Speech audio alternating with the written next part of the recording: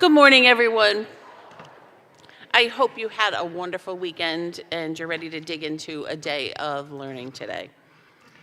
Because apparently we're going to take the yellow brick road to our new level of reading. I don't know. Okay, this morning we are going to focus on science of reading. If you read research, you'll find a lot of contrary information. So we want to kind of bring it all together so that we have a good understanding and a good combined understanding of what we're going to be doing. When I think of science of reading, I think of it as being on that continuum. So we certainly need to focus on those foundational skills like phonics, like phonemic awareness, and that can't be at the expense of comprehension, right? So we still need both of those pieces that are going to be part of it. And then we hear of some districts who cancel the word balanced literacy. But we just want to make sure that we don't have that pendulum going too far one way or too far the other way. So that's kind of where we are. As we listen this morning, sometimes we might get uncomfortable with thinking about our instruction, right? That things that were past, things that are present, and things that are future, but that's okay because what you've done in the past has been great. And we just need to shore it up with things that we know will make our kids better readers. As we made the decision about our new programs, there were several points that came up that you wanted us to address as we continue to go forward. So one of the things was providing training in science of reading so that we're all on the same page. And so that's why Lori is here today. Giving initial training for Wit and Wisdom this spring because no one wanted to have it the day before school started in August. So that will happen. We're in the middle of putting dates together for that.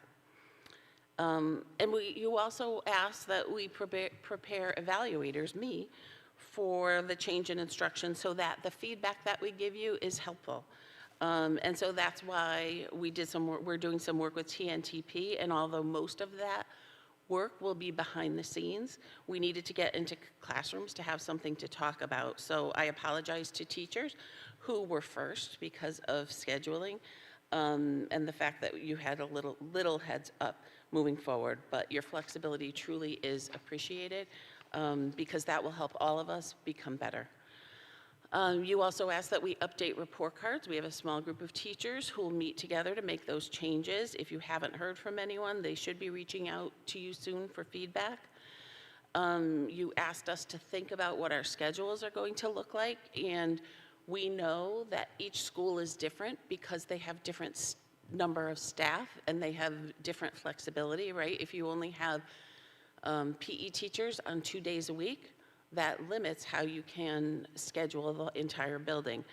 However, we do want to make sure that we take everyone's input in, so we have teachers at every grade level that will have conversations about what that looks like, and that starts on Friday.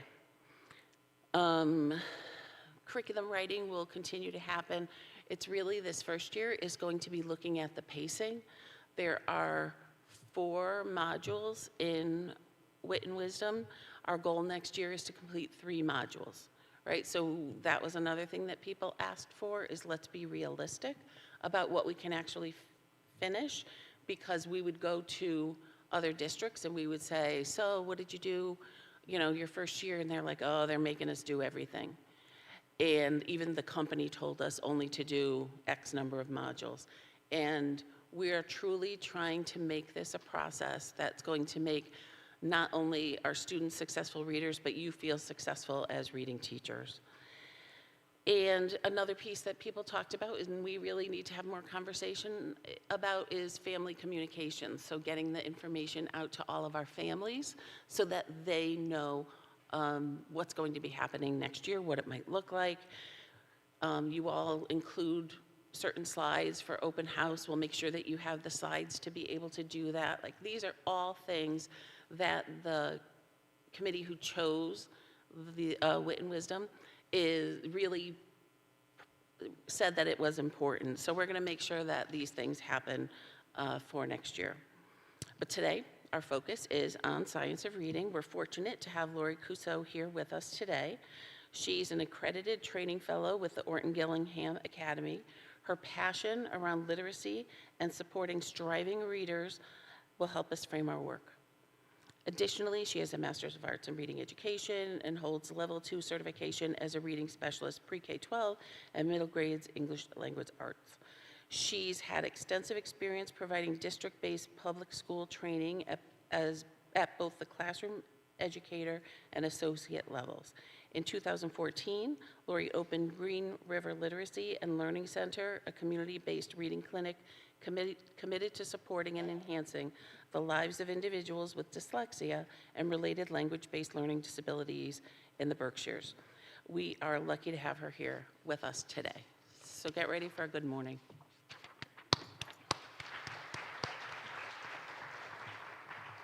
Thank you so much, and I'm glad to be here. And I asked when I arrived if you had ice, because my husband had to sand me down the driveway at 5:30 this morning. So I'm just thankful to be here in one piece. And this, again, is my passion. And I have been doing this for 35 years, so I've seen a lot of things happen around that pendulum shift. And I always say that most importantly, I am the mother of a struggling reader who's now 29, and he's a glassblower. And at the end of fifth grade, at the end of kindergarten, his older brother was reading on a fifth grade level. No issues, no concerns. I was already a reading specialist. And then I realized with Peter at the end of kindergarten that he didn't have a sound symbol. So I took this journey not only as an educator, but also as a parent. So let me quickly provide an overview of what we're going to cover. So we're going to cover the science of reading and related terminology, but I really want to look at it from a broad lens. And we're then going to look at reading in the brain and the process that the brain needs to go through in order to learn how to read, because we're not hardwired with that circuitry. Then we'll take a break, and then we'll look at the standard stages of reading and spelling, and then really the predictability of language structure, because what we always say is there's an exception to every rule, or English is crazy and it's complex. But in fact, it's about 95% reliable, and that's what we should convey to our students, especially those struggling readers. Presented on this cover slide are really kind of three different kinds of readers. On the far left is Miss Maya. She was one of our first students at Green River Literacy and Learning Center. She was in third grade, and she wasn't reading. And she came in, and I asked her to write out her alphabet, and she wrote it with big, huge mixed capital and lowercase letters. So I kind of gently slid some handwriting paper over, and I said, can you use the lines on this paper? And I had I thought, reasonable rationale for that. And she wrote with tiny, tiny print, and then she wrote her name really large. And what I quickly realized was that she didn't trust me, and she didn't trust the process. So it took a good and careful 2 years, but she was one of the only students that I've worked with who needed explicit sound to symbol linkage. I had to teach her every single phonetic pattern, explicitly reading and spelling those words, for her to internalize and then be able to apply them. I could look at any text and say she can read these words and she can't read these words. And then we worked on those irregular words that she needed to memorize. She's now a reader. She loves reading, but I'll tell you what, and this goes back to some of the things that Lori said, is that she needed decodable text, absolutely, but she wanted to read another book and another series more than anything. And if I had just limited her to decodable text, she would have never felt like she was a reader. And we'll share that a little bit later. In the center is a student who was about 2 years below grade level and just needed the gaps filled in. He needed that reliability. He needed the understanding. And once those gaps were filled in. He was then able to generalize, make sense of all these letters and combinations of letters that have multiple spellings and multiple sounds, and he was reading on grade level within a year. Now, that doesn't always happen, but he's kind of that mid-level of student who just needs this to make sense to them and the logic conveyed, and then he was able to take it from there. On the far right is a very small kindergarten near me in Massachusetts where we have a lot of smaller districts. And we had gone in and we had done a literacy audit, and we quickly realized that there was beautiful, rich, dynamic teaching going on, but they didn't have any phonics programs in place. And this is about 10 years ago. And so they adopted a program. And Nan said to me, you know, I've been teaching kindergarten for a long time and I really don't want to do this. And I said, okay, well, let's trust the process. We'll do this together. I had the opportunity to go in and mentor, and she did. And she did it with a willing heart, and she still honored her own teaching, her own sensibility. And you can see on the far right on the floor, her students would get into the shapes of letters, and then she began to use those as blending cards. And by January, there was only one student in her classroom of 24 who didn't hit their benchmark. So that's kind of what research shows, that if you do this in kindergarten, first and second grade, and they have the right kind of exposure, and really a mix of balanced literacy and structured literacy, that you can get those students there. So in terms of science of reading, we're going to cover some statistics related to literacy, and when you look at them, you're going to think they're a little dire. And this will vary by state, it will vary by region, but we want to get a kind of global snapshot of what's going on. Then we're going to define the science of reading. We're going to look at the simple view of reading, Hollis Scarborough's reading ropes, which some of you may have been kind of inundated with, and what decades of research tells us. We're going to define balanced literacy and structured literacy, and then we're going to consider the interface for all children and readers. And from what I can see, you have a nice interface here happening and planned for. And then I want to give you a window into that school district in Massachusetts that I work so closely with. So before we begin, with the person sitting next to you, discuss the terms that you would associate with the science of reading. So just kind of ponder those. What are kind of the hot terms that are being used right now? And I'll tell you when we define them that they've been around for a long time. But what is that terminology? And I'll give you a minute or two to discuss with the person or people sitting near you.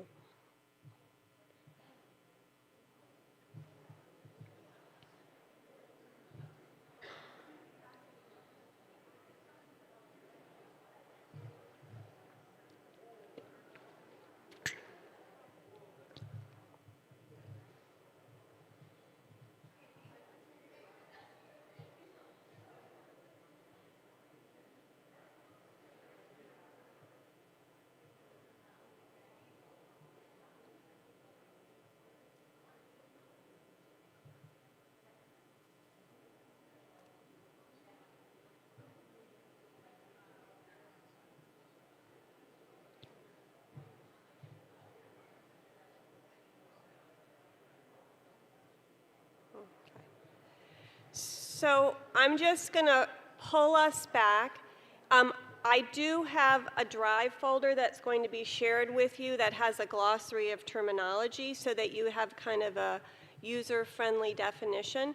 But if somebody will just, I don't know if this is going to work in this setting, but if you want to just raise your hand and throw out a term, then I'm going to go to the next slide and see if we've got a few of those listed. Anybody have one? Okay. What? Phonemic awareness. Yes. Anything else? Yes, orthographic mapping? Okay. Yes, okay. So here are some of those terms that you may have mentioned. So science of reading is kind of a broad base of research that we're going to look at that kind of identifies what should be included in reading instruction and then how. And then structured literacy, orthographic mapping, decoding and encoding, which is spelling, their reciprocal, phonological awareness, the sound-based layer, and then sight words. What does that mean? That's related to orthographic mapping. Sight words are words you've mapped to automaticity. They're not necessarily just purely irregular words. So we'll look at these all a little bit more closely. So here are the statistics, and NAEP just released the National Association of Educational Progress. They just released their most recent testing on January 29th. So in 2024, 21% of adults in the US were illiterate, and 54% are below a 6th grade level, with 20% below a 5th grade level. And we know that a newspaper is written about a 5th grade level. The US ranks 36th in literacy, and students who don't read proficiently by the 3rd grade are 4 times likelier to drop out of school. And what I want you to look at is we're going to look at 4th grade, 8th grade, and 12th grade. 43% of 4th graders in the US scored at or above a proficient level of reading, and low literacy in the United States directly costs the healthcare industry over $17 million every year and $2.2 trillion per year. This is from the National Literacy Institute and EdTrust. I don't know how they came to those figures. That's sometimes asked of me.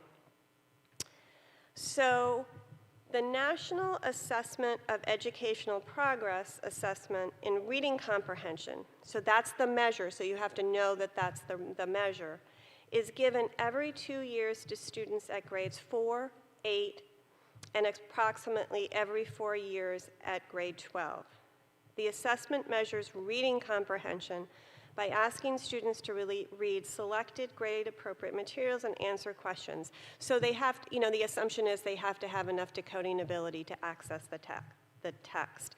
The results present a broad view of students' reading knowledge, skills, and performance over time. And just to give you a feeling for the sample, reading assessments from 2022 were administered to approximately 108,200 grade 4 students and 111,300 grade 8 students. Now again, the results are going to vary by state and district, and the reading and math were most recently released. Says January 24th, but I think it was the 29th. So here is performance across subjects. So again, this is a broad snapshot, but if you look, I'm going to just focus on the reading scores. If you look at the average score in grade 4, the arrow down means that there's slight regression. Grade 8, there is regression. That gray diamond means that there's no significant difference. And then the blue arrow, again, significant decrease compared to last assessment. And I don't know what those percentages are, and I'm not a statistician. But you can see that within the 10th percentile, regression, 25th percentile, regression, 50th, regression, 75th, holding for grade 8, and then in the 90th percentile, holding for grade 4 and 8. So here is grade 4, and I think that you'll notice I don't have the full continuum for 2024 yet. So if you go to, on the bottom, 1992, this is the percentage at or above proficiency. And you can see that there is gradual gain up until 2017, slight regression 2019, 2022, 33. And we kind of know what accounts for that dip. Then this is trends from 92 to 24. And again, you can see going from the 10th percentile up to the 90th percentile. You can see these are the scores as reported. And with an asterisk, that means that there was a significant difference with 0.05 being the differential.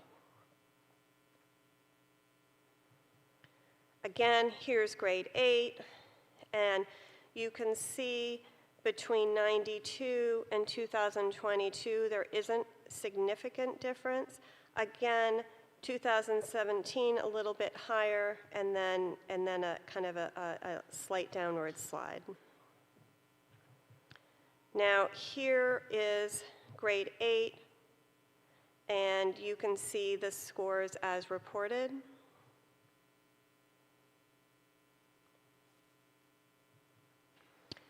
So this is the most recent statement. Results from the 2024 NAEP reading and mathematics assessments at grades 4 and 8. Average score increased in mathematics at grade 4, no significant change at grade 8. Average scores declined in reading at both grades, no significant change for most states in both subjects and grades, and lower percentage of students absent. So they're kind of figuring that in. I pulled this slide in, even though this just goes to 2017, because then you can kind of see the blue is 8th grade and the red is 4th grade. This midline is 40%, so this is the percentage of students proficient in reading. So if you look between 4th and 8th grade, I want you to just speak to the person next to you and what are your conclusions? Again, we're just looking, we're taking a broad view here. So what happens between 4th and 8th grade and between 92 and 2017? And I'll just give you a minute or two to discuss that.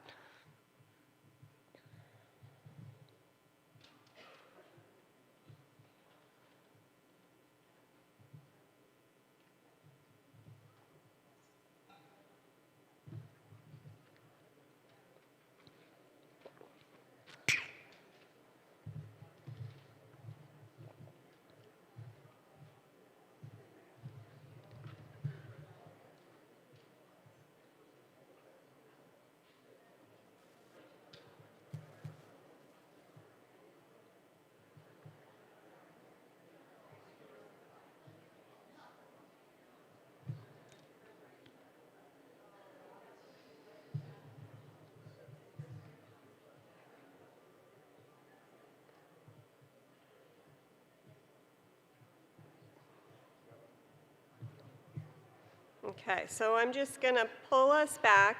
So I think there are a couple of conclusions you can come to.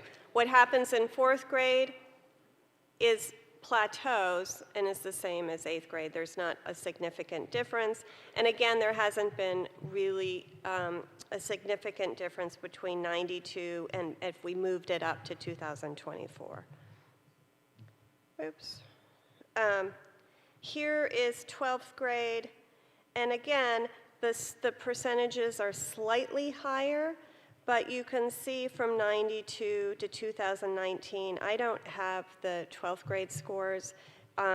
You can see that there's been, slight regression. So in summary, in 2022, 33% of grade 4 students performed at or above proficiency, lower as compared to 2019. 2022, 31% of grade 8 students, lower compared to 2019. And 2019, 37% of seniors, grade 12 students, and no significant change as compared to 2015. So I think you can conclude without that we have a lot of work to do, and that's why we do what we do. So the National Research Council and a lot of studies, thousands and thousands of studies, have established that a majority of reading problems can be prevented in preschool in the early grades. And we've got all of these decades of scientific research.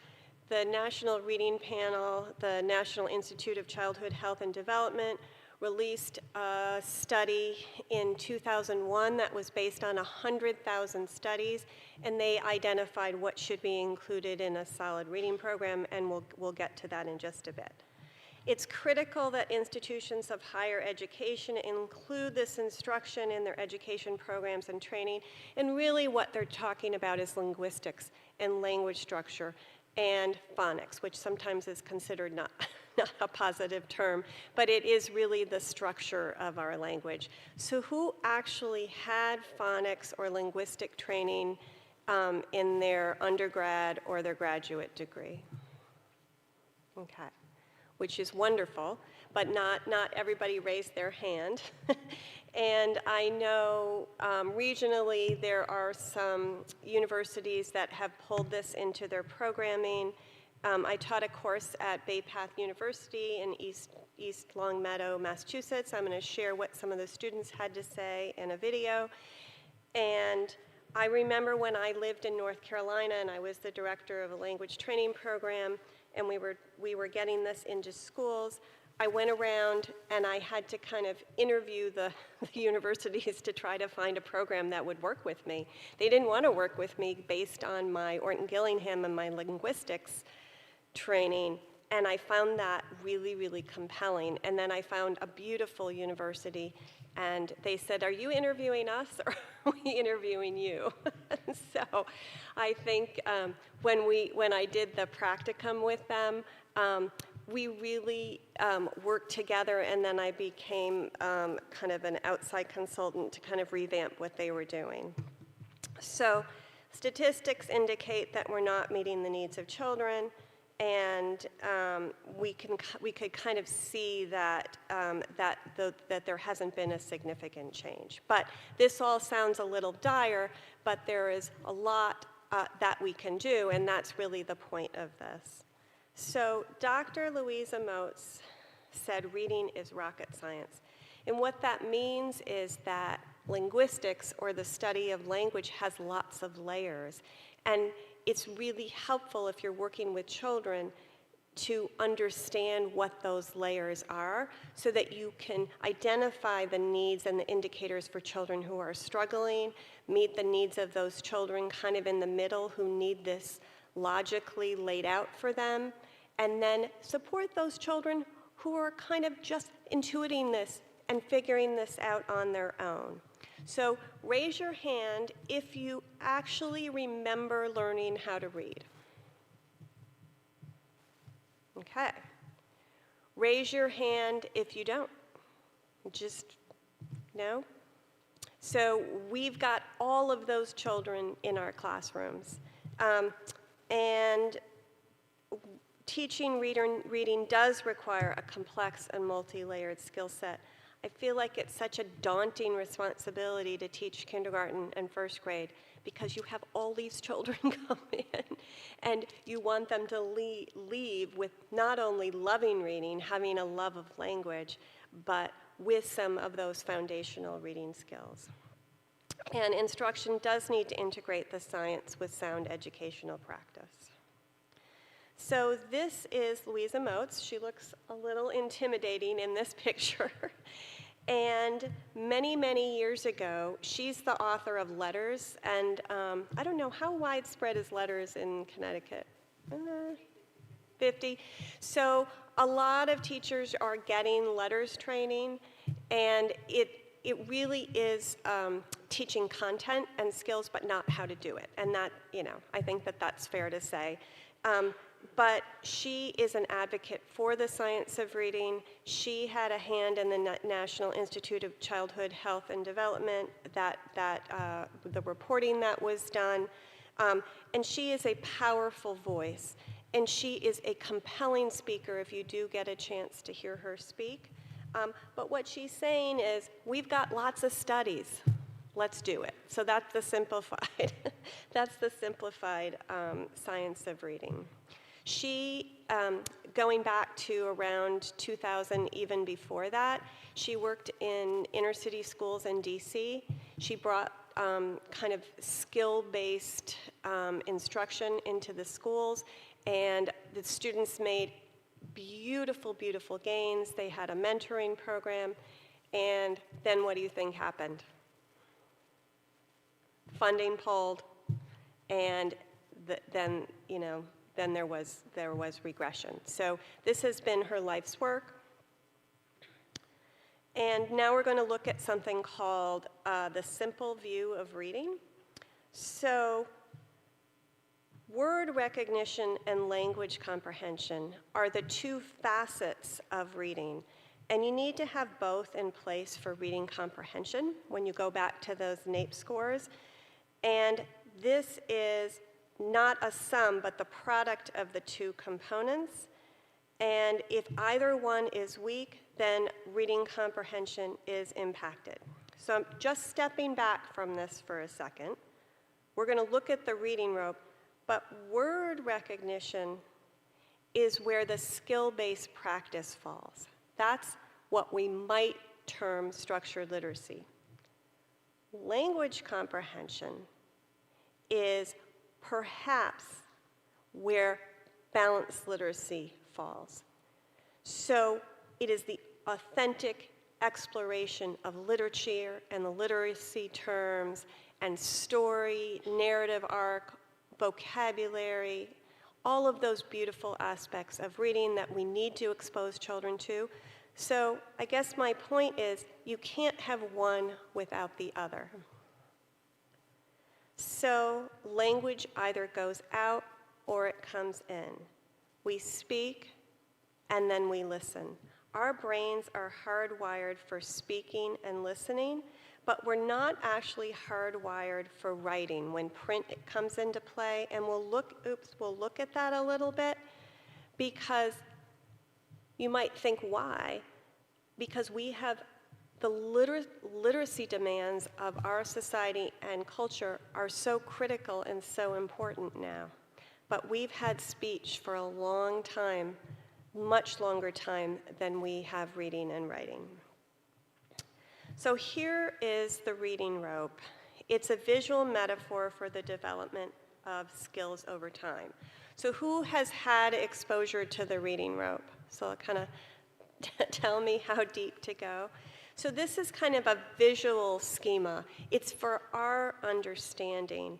It's not necessarily for students, but it informs choices and it informs the instruction that we provide. So language comprehension is the background knowledge, the vocabulary, language structures, verbal reasoning, and knowledge.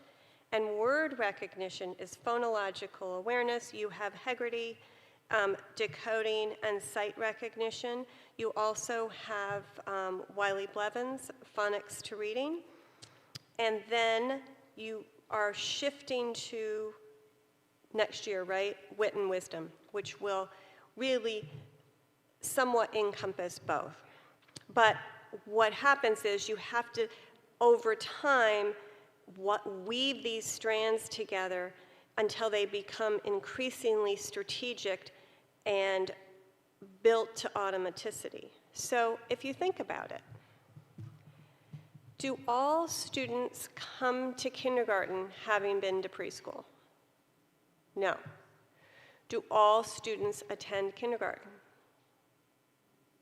Maybe here, but in fact, there are only 13 states in the United States that mandate kindergarten. And I was in Alabama working with the Huntsville City Schools, and I didn't even realize that there were only 13 states that mandate kindergarten. So we have some students coming to kindergarten already reading. We have other students coming to kindergarten who are not reading, who have a limited vocabulary, and there are lots of other things that need to happen in kindergarten. When do we now expect children to read to learn? What do you think? Do you think end of second or third grade? Or do you think end of third grade, fourth grade? It's the end of second. So if you think about it, all of these strands need to be skillfully woven together within only 3 years. And that, again, is a weighty responsibility that we carry. And what used to be fourth grade shifted to third grade, and I would say has shifted even more now to the end of second.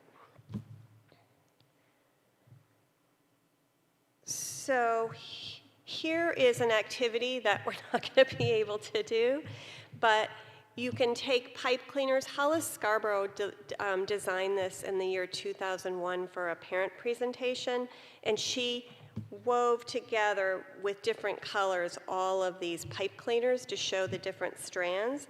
And if we simplified it, we have the sparkly strand, which is language comprehension, and then we have the second strand, which is word recognition, and you can kind of weave those together. So let's see if I remember what these links are.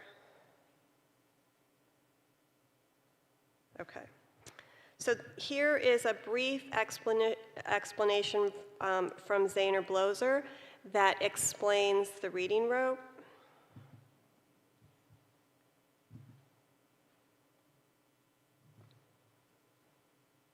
Another helpful theoretical model for the reading process is Scarborough's reading rope, which expands upon the simple view of reading.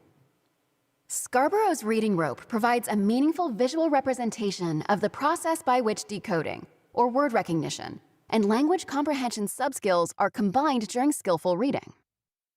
The decoding subskills are each assigned a strand in the rope: phonological awareness, decoding and spelling, and sight recognition. Under language comprehension, we need to build these reading subskills: background knowledge, vocabulary knowledge, language structures, verbal reasoning, and literacy knowledge. Think of these subskills as strands in the reading rope that become stronger and stronger the more tightly the strands are woven together. As the language comprehension subskills grow and get stronger, the reader becomes increasingly strategic in their reading. At the same time, as the reader strengthens their decoding subskills, they're becoming more automatic in their reading. With increasingly strategic and increasingly automatic reading, skilled reading occurs and the reader can comprehend text. Skilled reading appears to be effortless, but a skilled reader has fortified the subskills of the reading rope in order to manage the skills simultaneously and automatically, resulting in reading comprehension.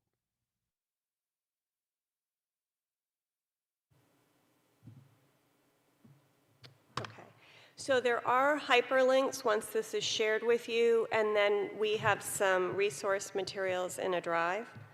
And this is not whole screen. What did I do? Uh-oh, I don't want to go back there. What did I mess up? I messed up something.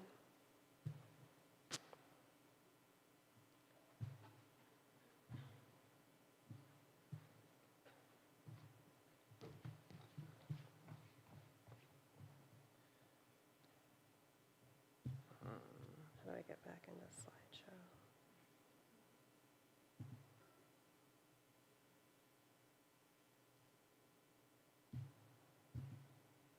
Oh, thank you. That was one press of a button. I'm not a good problem solver. So if you weave, thank you, the language comprehension rope together with the word recognition rope, what does this rope represent? It represents skilled reading with all the different colored strands. So I think the challenging thing is to find a program or approach that encompasses all of that. So knowing where learners fall on the continuum of reading patterns depicted on the next page provides insight into the, and actually it's this page, into the reasons for the reading difficulty and where to focus instruction. So imagine having one of those strands be frayed or having language comprehension not as solidly in place or decoding word recognition not as solidly in place. And then you have to kind of tease out where or why or where a student is on their continuum of learning. And then universal screening and diagnostic assessment data informs their strengths and the focus of intervention and instruction. So, you know, we're not going to step into that too much today, but do you think language comprehension or decoding word recognition is easier to remediate? So I just want you to look at this continuum and think and have a brief discussion. Is language comprehension, if you have a deficit, easier to remediate or decoding word recognition? And I'll tell you that if you have good language comprehension, weak decoding, you might be identified with a specific learning disability in reading or dyslexia or be an emergent reader. If you are weak in both areas, you might be an ENL student or English as a second language learner. If you are good in both areas, you're pretty solid. You may be one of those students who learn to read innately. If you have weak language comprehension and good decoding, you might be a student who's hyperlexic, but they have a really hard time attending to the comprehension. So just have a brief discussion looking at this, and which do you think is easier to remediate?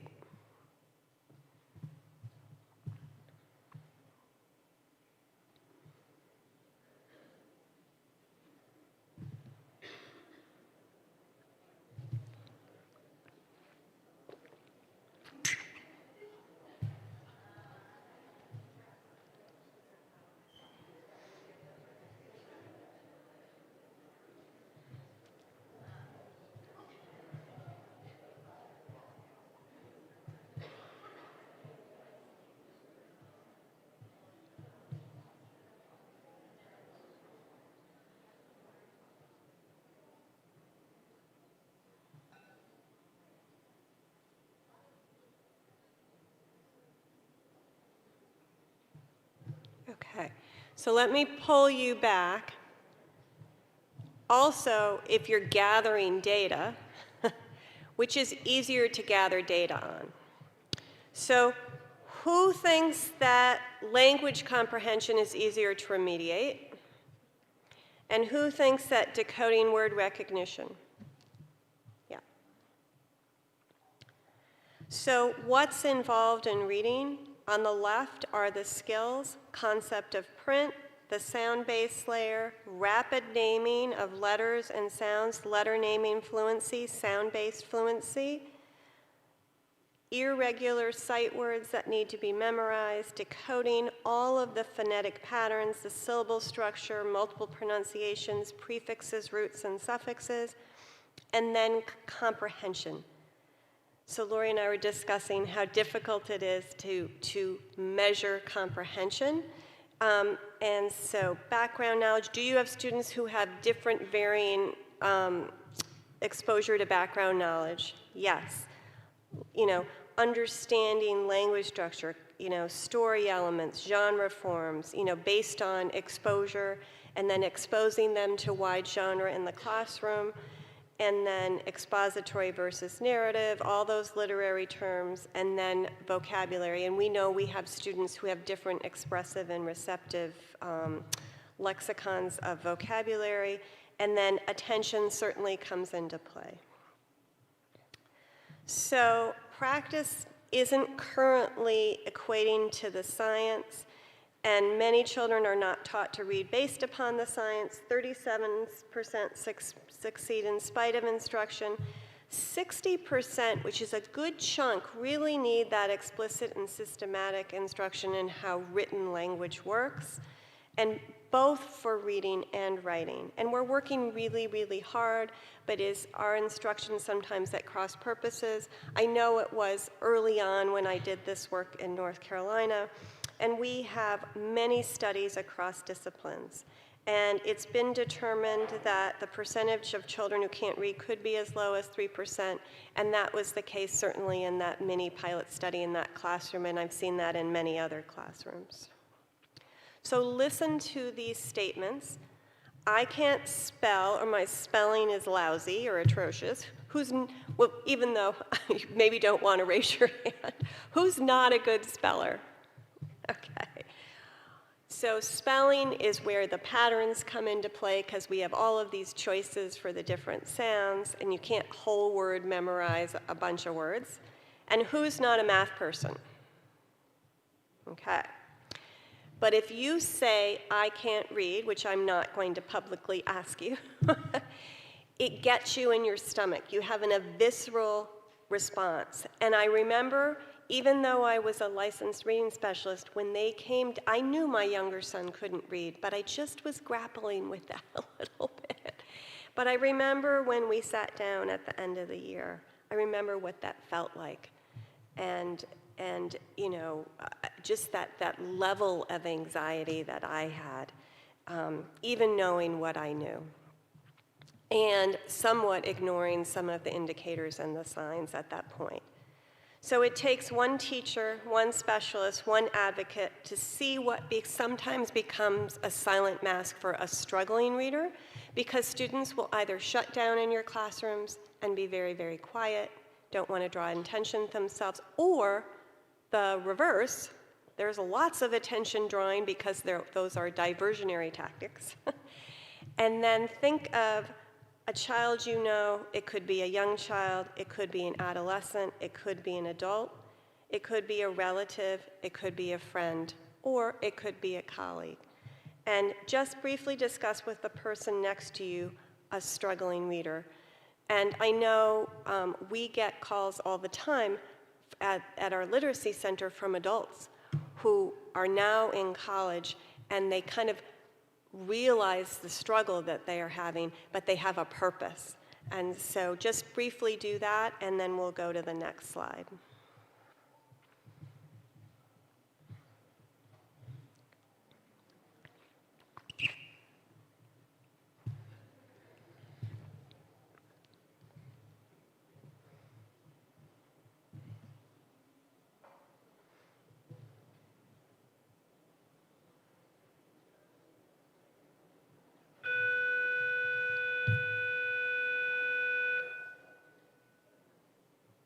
Okay, so let me just pull us back.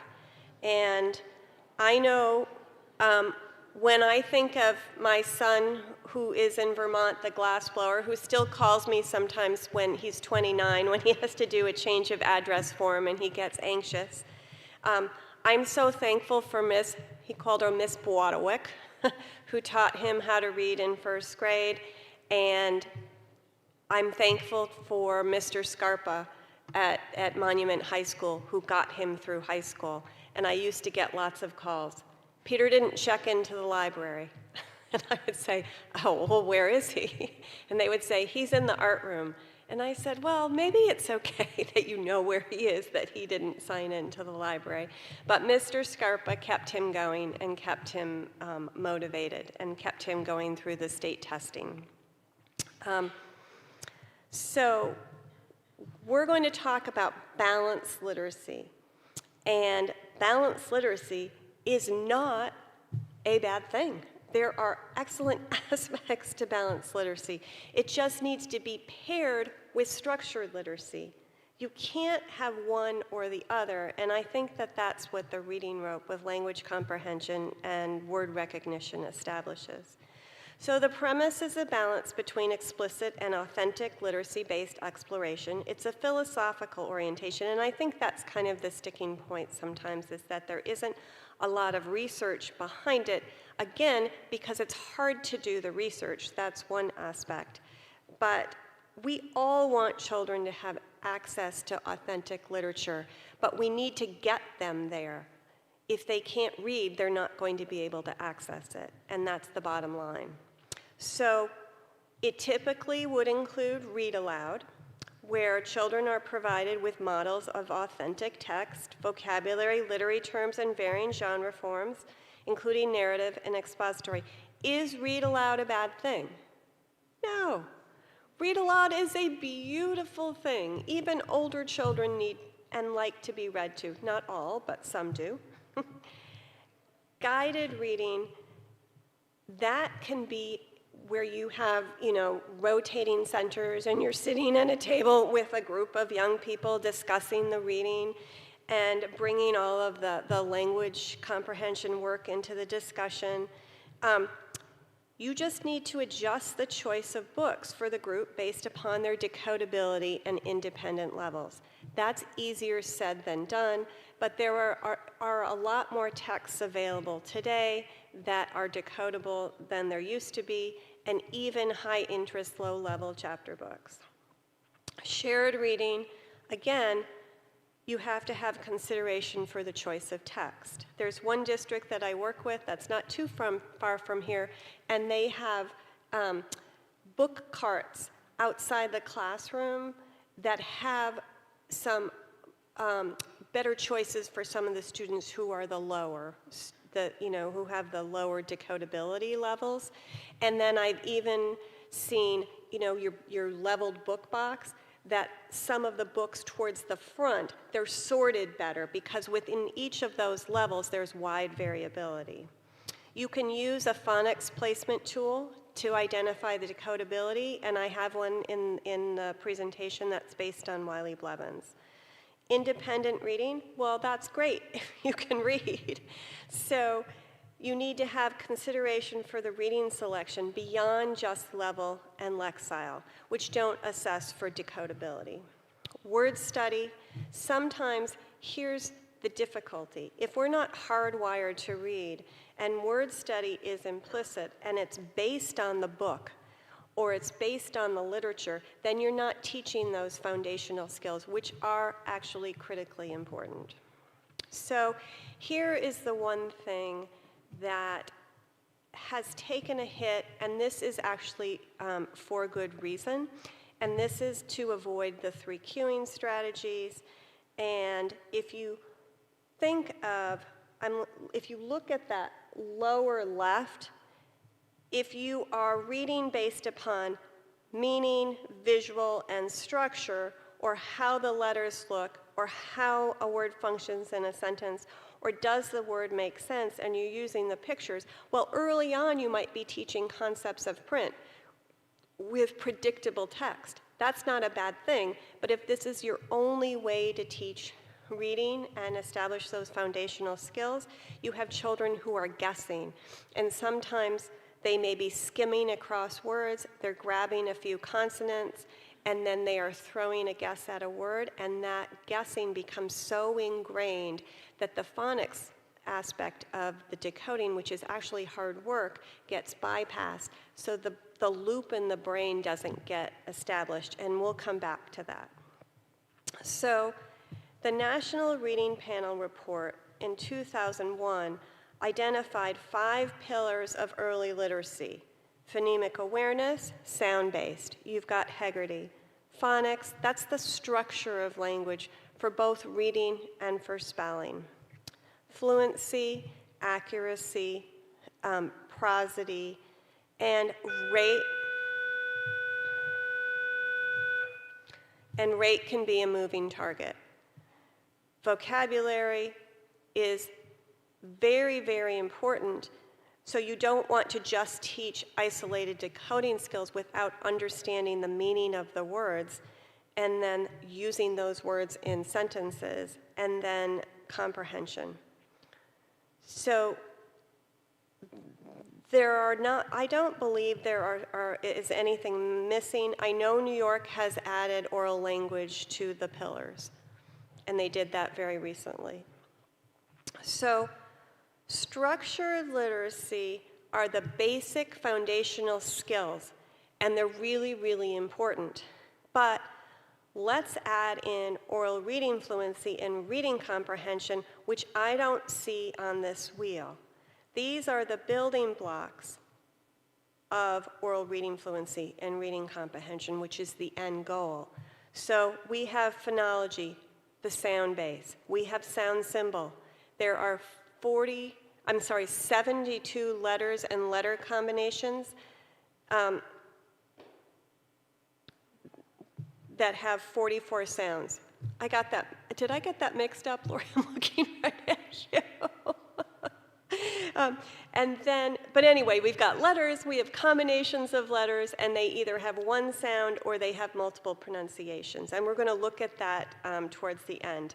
And then we have syllables that tell you what to do with the vowel sound. They're parts of words. And then we have prefixes, roots, and suffixes, morphology. And then we have syntax, sentence structure. And then we have semantics, which is meaning. So these are the basic elements that you're going to see in a structured literacy program, but we're going to unpack this a little bit further. So I want you to just, before I show you what the definition is, and I have a very user-friendly definition here. So phonology, P-H-O-N, means sound, and ology means study of. We know it's Greek because of that PH, so it is the ability to blend sounds, isolate sounds, delete sounds, add, and manipulate, but that's all done orally. That is the foundational skill when you then attach the alphabetic principle. You attach that ability to the letters. Then, phonics sound symbol. Okay, there are I knew I said it wrong. There are 44 sounds with 72 phonograms, which are the symbols for the sound. And if I pulled them all up and you saw them all here, which I'm going to do towards the end, it's going to look visually overwhelming. So you build up. You start with a one-to-one correspondence, consonants, vowels, one sound, and then you build out from there. Syllables, there are reliably 6. The syllable tells the reader what to do with the vowel sound. They are a reliable chunk. And then morphology, prefixes, roots, and suffixes, which teach vocabulary beautifully, and you're getting into higher level work. But there is one student who I have kind of followed because I worked with him at our local school district when he was in 3rd grade, and he just graduated. He could read really, really long words, but he still struggled with what we call consonant, vowel, consonant words, dependent on the sounds and the words. So it's not always a continuum. He was still having difficulty with sound, but it was easier for him to read any longer word that was attached to a subject area. Then syntax, sentence, there are 4 basic kinds of sentences, whether they are declarative, interrogative, command, or exclamatory, and then you have simple sentences and then compound sentences on from there. So teaching sentence structure is the foundation for writing and for reading. Oral reading fluency, rate, accuracy, and prosody. You want students to read at a rate where they can access their comprehension. If they read too fast, comprehension might be compromised. If they read too slowly and they're disfluent, then comprehension might be compromised. Comprehension, reading for understanding, that's really what the NAEP scores measured. And then vocabulary, words for speaking and writing. So how is it taught? Explicitly with guided multisensory practice, auditory, visual, and kinesthetic, with systematic and sequential instruction, doing spiraled review, working from one-to-one correspondence on up, not teaching all the ways to spell long E, there are 8 of them in one lesson, but making it practical and limiting choices. Cumulative practice, always progress monitoring, whether it's informal or formal, practice to transfer. And structured literacy was developed or coined by the International Dyslexia Association to unify and encompass evidence-based programs and approach. They're called the Knowledge and Practice Standards. But all of a sudden, I think that term structured literacy is used kind of irrespective with kind of understanding where that came from. So the reason why that term was developed, because it was felt that those word recognition and those foundational skills was so important, not only for struggling readers, but in my view, because we're not hardwired to read, and all students really need those building blocks. So here are the primary principles. Again, systematic, a logical sequence of skills and phonograms. What's tricky when you're vetting programs is they all have different scopes and sequences for different purposes. Cumulative, attaching new learning to previously taught. Explicit, the direct teaching of concepts without assuming students can deduce or intuit skills, although they may be able to visually recognize a pattern within similarly structured words. And then diagnostic, by taking cues from the students with both informal and formal progress monitoring to adjust instruction. So here are some important considerations. What does research and science tell us about what is most effective for early reading and structure and best practice? What is the trajectory and incidence of referrals? That's part of your RTI referral process. What are ethical considerations, considering that, that literacy provides equitable access to any future, and that's a strong statement. Are these two approaches mutually exclusive? And I'm going to say that I think we've firmly established the case that no, that they are not.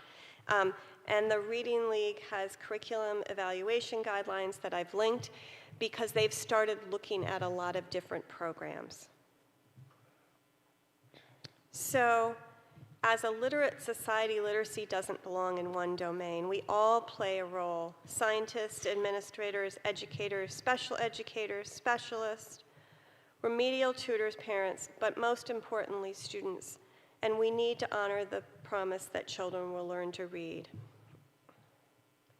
So here is kind of a listing of skills that are either aligned or not aligned. And this is difficult to do with a big group, so I just want you to look at it. You can discuss this with the person next to you. What time are we taking our break? I'll just try to make sure. Okay. Okay. I'm going to try to take a break close to 10. But what is aligned with the science of reading and what is not aligned? Some of these will be a giveaway. So just look at these for a second.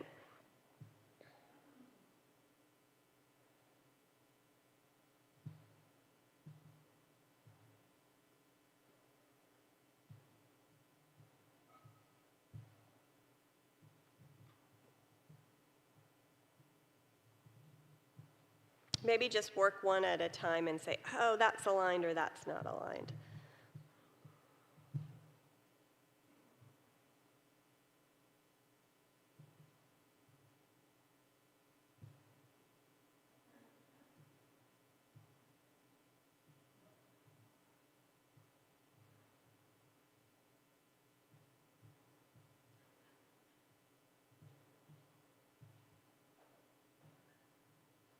Okay, so I think you've had a minute to grapple with this, so let's look. So I'm just going to talk about what's aligned. Explicit instruction for handwriting with using verbal pathways, appropriate handwriting paper, looking at body position, pencil grip, posture, a systematic scope and sequence of skills, a clear scope and sequence for spelling generalizations aligned with phonics. Phonetic skills are practiced with decodable text, knowing that you still need to have other texts and exposure to authentic literature. Reading accuracy and automaticity and prosody are hallmarks of fluent reading, not just focusing on rate. And writing is approached with a structured approach using graphic organizers that is embedded in many programs, and then explicit instruction in morphology with vocabulary. So where do Hegarty, Wiley-Blevins, Phonics to Reading, and Wit and Wisdom fall? And I did look at the ED report for Wit and Wisdom, And I mentioned that it is one of the programs that Massachusetts recommends. It's the top program that they are recommending to schools right now. So you've made an excellent choice. So Heggerty is phonological and phonemic awareness, aligned with science of reading and structured literacy. It's done in about 10 to 15 minutes a day. It's scripted with a sequence of activities, and it has a placement tool. And how's Heggerty, just thumbs up, how's Heggerty going in your classrooms? Okay. The other thing about Heggerty sometimes is if you have struggling students, they're running through about 7 activities a day, so you kind of have to look at your students and determine who has it and who doesn't, because there might be some students kind of following along with the others. Wiley Blevins, from Phonics to Reading, he is highly respected in the science of reading community. He is also a consultant to Scholastic, and they've just started bridging into phonics-based resources, and there's a systematic instructional scope and sequence aligned with science of reading and structured literacy, application of skills to authentic reading experiences, and there are lots of procedures, blending, word building, dictation, word sorts, and decodable text. And I may not have captured everything, and then there's embedded progress monitoring. Wit and Wisdom has engaging and high-quality text. There are 4 units, so you're going to start with 3. The program includes opportunities to apply reading, writing, speaking, and listening skills across a variety of tasks. So I don't have to sell it to you, but it is, according to Ed Reports, which is the preeminent evaluator, it is aligned with both science and reading and balanced literacy, and the readers are geodes. So here are some of those students from the Bay Path University course. So I just want you to listen carefully to what they have to say. And some of these were already reading specialists, some of these teachers, and they'd never had exposure to kind of what I would say structured literacy or the foundational skills kinds of teaching. Oops, I think I have it. Because there's so many underlying processes, happening that are coming together to make us be able to read, and subsequently there's just so many things that can go wrong. Honestly, I felt after completing my undergrad, I was really excited to get into my own classroom. And then as soon as I got there, I realized, what am I doing here? In my graduate education, I basically had one course that ended up amounting to really a prep course for the reading, foundations of reading, TEL. And so it covered the basics, and she covered them well, but it just wasn't enough, to prepare me, or really any teacher, to go out and teach reading. My undergraduate degree is in early childhood education, so I'm licensed to teach kindergarten, 1st and 2nd grade in 2 states. And I did not really receive any direct instruction on how to teach kids how to read. I had absolutely no training in how to teach reading or how the brain works when it's reading. I had training in having a good subject content area knowledge myself, but not in how to teach or remediate a kid who was really struggling with the act of reading. When I went through my teacher training program, of course that was 36 years ago, I was never taught how to teach reading. That was not part of my teacher training, believe it or not. So I went in teaching 3rd grade, not knowing how to actually teach these children how to read. And honestly, once I started working with middle schoolers, I didn't really think that I would need to know a lot about basic reading. But what I was finding is that a lot of my students were lacking the skills that they needed in order to be successful in the classroom. I just felt like I have this license given to me by the state that says I can teach these kids, but I don't know how to do it. And it felt like I was trying to pretend and guess, and it just didn't feel like the right thing to me. I felt like there was some secret out there that I hadn't been taught yet.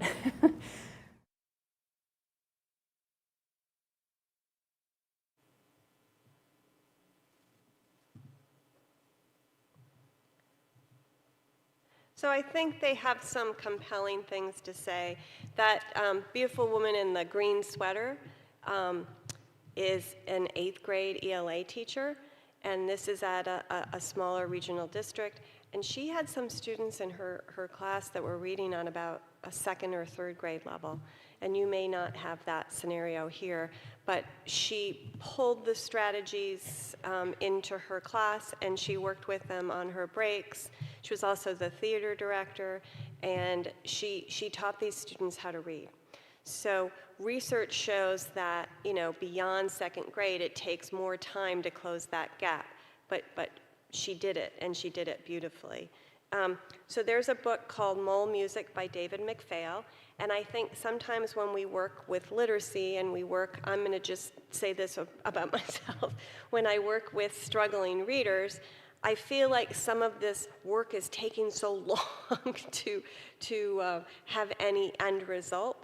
And there's so much of what we do where we don't realize the full impact of it. So there's this mole who wants to play the violin more than anything. He hears it played on television, so he mail orders a violin.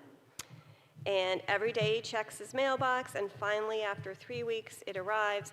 And kind of the analogy also is that teaching reading is like teaching anybody to play an instrument, or teaching music, because you have symbols, you have to read music, you have to have your hands be kind of automatic, and you're building the automaticity. So years went by, he got better and better, but at first, he didn't have his hand and the reading of the music and the sounds all intertwined. And now Mole played even better than the man he'd seen on TV so long ago. Sometimes he wondered what it would be like to play music for people. And he even imagined that his music could reach into people's hearts and melt away their anger and sadness. And that's what literacy and reading can do. So there's much work to be done. So I thank you for being here. On the left is a 5th grade student who is working in a kind of a more remedial setting, but he was very, very successful, and this gap was closed. And then on the far right is an actual training, and that man in the black t-shirt actually is my other son. And this is in Australia, believe it or not, where they don't have structured literacy, and they don't have a lot of resources for teachers. And he was traveling around after college, and he needed food. And so he needed a place to land for a little bit. So he came and he took the training, and he said that he also always knew about his brother's struggle, but he said, I ruined the English language for him forever. Because he couldn't look at a word or a text without dissecting the word. And he has such an analytical brain. So he's gotten over that, but he thought it was fascinating. Also, he has never been a good speller. So here is a snapshot of a rural school district. They didn't have phonics in place, but by instituting a phonics-based early literacy program, they closed the gap, and the students are feeling successful and loving the journey, and they're now about 8 years in, and it takes about 3 years to implement really effectively a new program. But the beautiful thing is when I went into this particular classroom, and the teacher, Christina, would ask me to, well, I would ask them, what's your favorite class? And they would all say phonics. So these beautiful students became linguists, and they loved it, and they loved the analytical aspects of learning about language. And she also made something that you might perceive as drudgery. She kind of filled it with joy and excitement. So here's a day in the life of kindergarten, and this teacher is bringing her own sensibility to the instruction. She has a puppet that whispers the new phonemic pattern, and the students kind of gather around. They are finger spelling, tracing sight words with the multisensory aspect of it. They are catching words to write to dictation. And then they had individualized and illustrated interactive notebooks, and they also had purposeful and linked centers. Here are those beautiful children in the middle getting in the shapes of letters, and then Nan is cleverly using those as blending cards. And then I got to go in and hang out with them, which was pretty cool. So here is a day in the life of Christina's first grade classroom. She has a shell phone that rings, and it introduces the new pattern. This one happens to be U-E, U and oo. And they sang opera for O, and so I loved it. So she did move outside of the program a little bit, but she wanted them to get so excited about this. And then they again had interactive notebooks. Here they're catching sentences, writing them to dictation, and every child in this classroom is using a capital and ending punctuation, and their handwriting's pretty decent, so that's pretty awesome.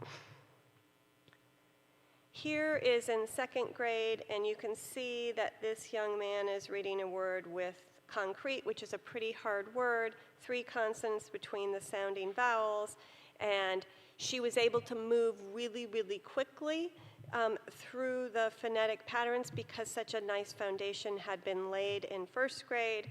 And they are working with centers. I do, we do, you do. And what was noted was that there was a transfer to their written work, that their spelling and their sentence structure was really, really quite highly developed. So thank you again. And here is a smaller classroom that also every child in the class hit their benchmark by the mid-year. But I just want you to see that there can be joy in this work. So here we go. And it doesn't hurt that this teacher is also a musician, so she can sing. So you also have to guess who the artist is.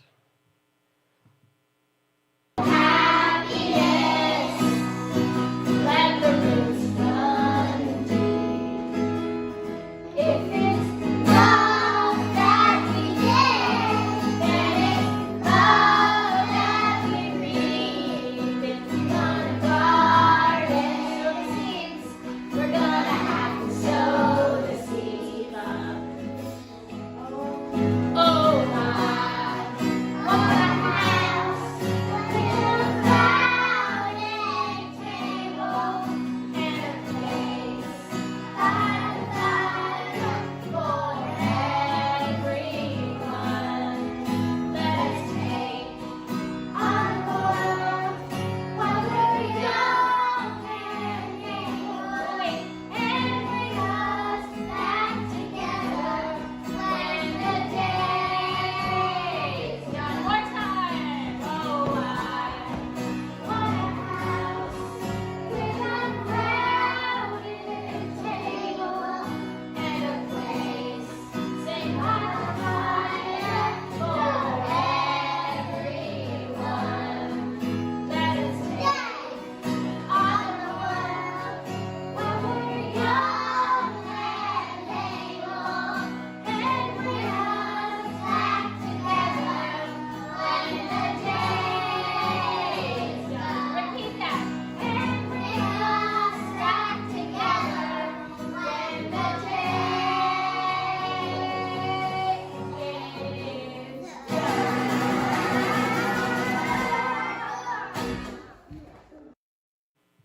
So they're pretty cute. So that is a kindergarten classroom, and you can see that that classroom's pretty small. But she had a mailbox, and every day, she started with individual words, and then she built up to sentences, and then she built up to short stories, and there would be students would take turns to go get something out of the mailbox, and everything was related to that phonetic pattern. So who is that artist?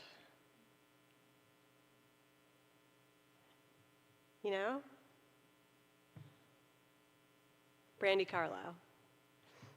Oops. Sorry. Let the roots run deep.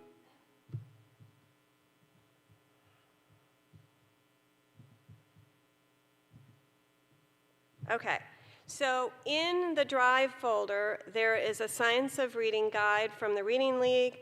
There are their curriculum guidelines, which are useful because there's lots of other good information within the guidelines. And then there is a glossary of the terminology that we're using. So we're going to shift to reading and the brain, and we're going to cover reading and the brain neuromyths, the history of literacy, why we're not hardwired for print, the circuitry in the brain that gets repurposed for reading, a 4-part processing model. We're going to define orthographic mapping, and we're going to look at some brain scans. So this young man, this is actually the first word that he read, map, but it took him a long time to pull those sounds together, and it took him a long time to attach the sound to the letter form. And you can see his flushed face. This was not a comfortable process for him. He needed lots of practice, but he was able to get there. And I think that the word we always use to associate with early reading is cat, but map is a more apt term because that's really what the brain has to do. The brain has to map the sounds to these symbols and then map the meaning of the word ultimately for automatic retrieval. So we're going to agree or disagree. You can just do thumbs up or thumbs down. Some of these, again, are giveaways, but the human brains are wired to learn how to read like we are wired to learn language. No. Neuroplasticity, the brain's ability to change and develop new neural connections, only lasts from birth to age 8. No. Skilled readers only look at the first couple of letters of a word, therefore cueing students to guess will foster accurate word recognition. No, but you still have to read across the word. You could have a word like casual versus causal, the exact same number of letters, but you have to look at the sequence. Every learner has a primary learning style. This is a little bit, it's no, but meaning that you have to access all the modalities, visual, auditory, or kinesthetic, but you can tease out where there might be a deficit. The theory of Howard Gardner's multiple intelligences is fascinating, but has it been proven by neuroimaging studies? No. And we're going to look at fMRI scans that show a struggling reader and how this kind of skill-based instruction will rewire the brain and the circuitry. Dyslexia is believed to be caused by weaknesses in eye muscles, which can be remediated through vision exercises like convergency training. No. And most individuals can be categorized as a left brain or right brained. No. There's a lot more connectivity than we know, and a majority of reading problems can be prevented in preschool and early grades. Yes. So I'm not going to read through all this, but you can kind of see that we're going to focus on initially early intervention and then having appropriate programming and support as students move up in the grade levels. So here is a slide that represents the emergence of the achievement gap in reading. And I think you can see that early on there's a smaller gap, and then up until the end of grade 3, that gap widens and widens. So you can also notice that there's summer slide or summer regression, but once skills are established, that doesn't happen. And then research also shows that early on it takes about 20 minutes a day to close the gap, versus later on it can take upwards of an hour and a half. So we were never born to read. This is Dr. Marianne Wolf. And why is that? So think about that. So just have a brief conversation with the person next to you. What do you mean we're not born to read? What does that mean?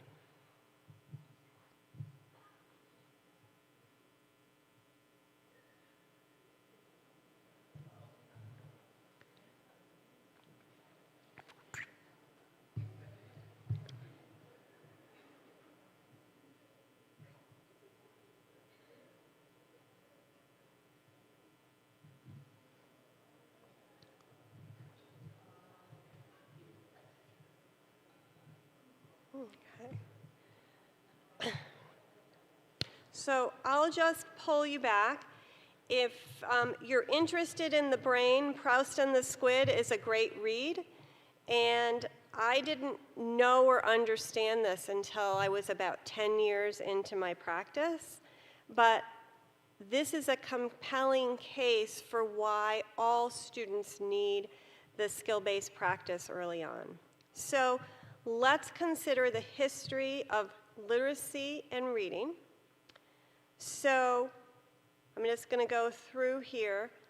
How long have we had spoken oral language? So that's an interesting question, because humans likely evolved around 300,000 years ago, and one prevailing theory is that people started by imitating the things around them, like animals and nature, and using hand gestures. And then when the articulatory mechanisms developed and the larynx moved deeper into the throat, then consonant and vowel sounds could be articulated more clearly, and that is approximately 20 to 35,000 years ago, looking at, skeletal structures that were found. And we know more than 200,000 words. So how did those words even happen? And then we had migratory peoples who were traveling and bringing dialect and words with them. It was theorized that there was one native tongue, and then with all of the movement, that's why we have different languages. So that's a broad generalization. But we've also had a long-standing oral storytelling tradition, and even Plato thought that the written word was dangerous, that when it was written, there was a permanency to it. So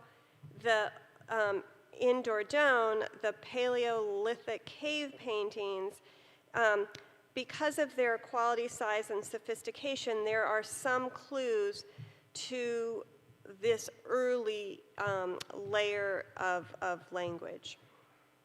So let's just say we've had oral language for 20,000 years, but probably longer. Then we have had these beautiful illuminated manuscripts, and you had to be highly, highly trained, and you had to kind of paint the letters. And so think about this. When was the first book, and were people widely literate? Could they read these early manuscripts? And this is actually where the term rubric came from. So a rubric provided access to these books, and then consider why they were written. So I have some links if you're really kind of interested in this. So oral language shows what happened in the throat so that those consonant and vowel sounds could be articulated, and then we got the alphabet with the consonants and the vowels, and the vowel has to open your mouth. So how long have we had a written alphabet? Does anybody have any idea? So I'll give you a math problem. If you divide 20,000 by 4, we've had a written alphabet about 5,000 years. The Phoenicians and then the Greeks kind of adapted it. So those are our individual letters. But think about that, is that you can go into these links. Early on, that's a little bit hard to see, but you can see the early rendering of the Phoenician alphabet and then what became our capitals, and it was still kind of limited. We also had hieroglyphics, one symbol equated to a word, But we've had an alphabet for about 5,000 years, but we haven't had books for 5,000 years. And there was very limited access to those early handwritten manuscripts. And then the first book was written in, first of all, we had clay tablets, papyrus scrolls, parchment, wax tablets, and then 868, which is now Common Era, was the first printed book. But here, this was printed with hieroglyphics. I think some students are actually fascinated by the history of language and writing. And then what allowed books to be widely available and published? That was the Gutenberg printing press. And I agree. So the printing press was, we won't look through all that, it was about 1456. But then all of the individual letters had to be placed, and, uh-oh, I got myself out of the full screen, but I'm just going to keep going. Books were very, very expensive, and again, people weren't widely literate in terms of being able to read. And when has education and attendance been compulsory? Especially in the United States. Let's just think of the United States. It's still not compulsory in some countries. What do you think? Do you mind getting me back there? Or then maybe you can show me which button to press when I pass up. So, what do you think? Have we had compulsory education for even 100 years? No. So it was in the 1930s. So this is why we're not hardwired to read.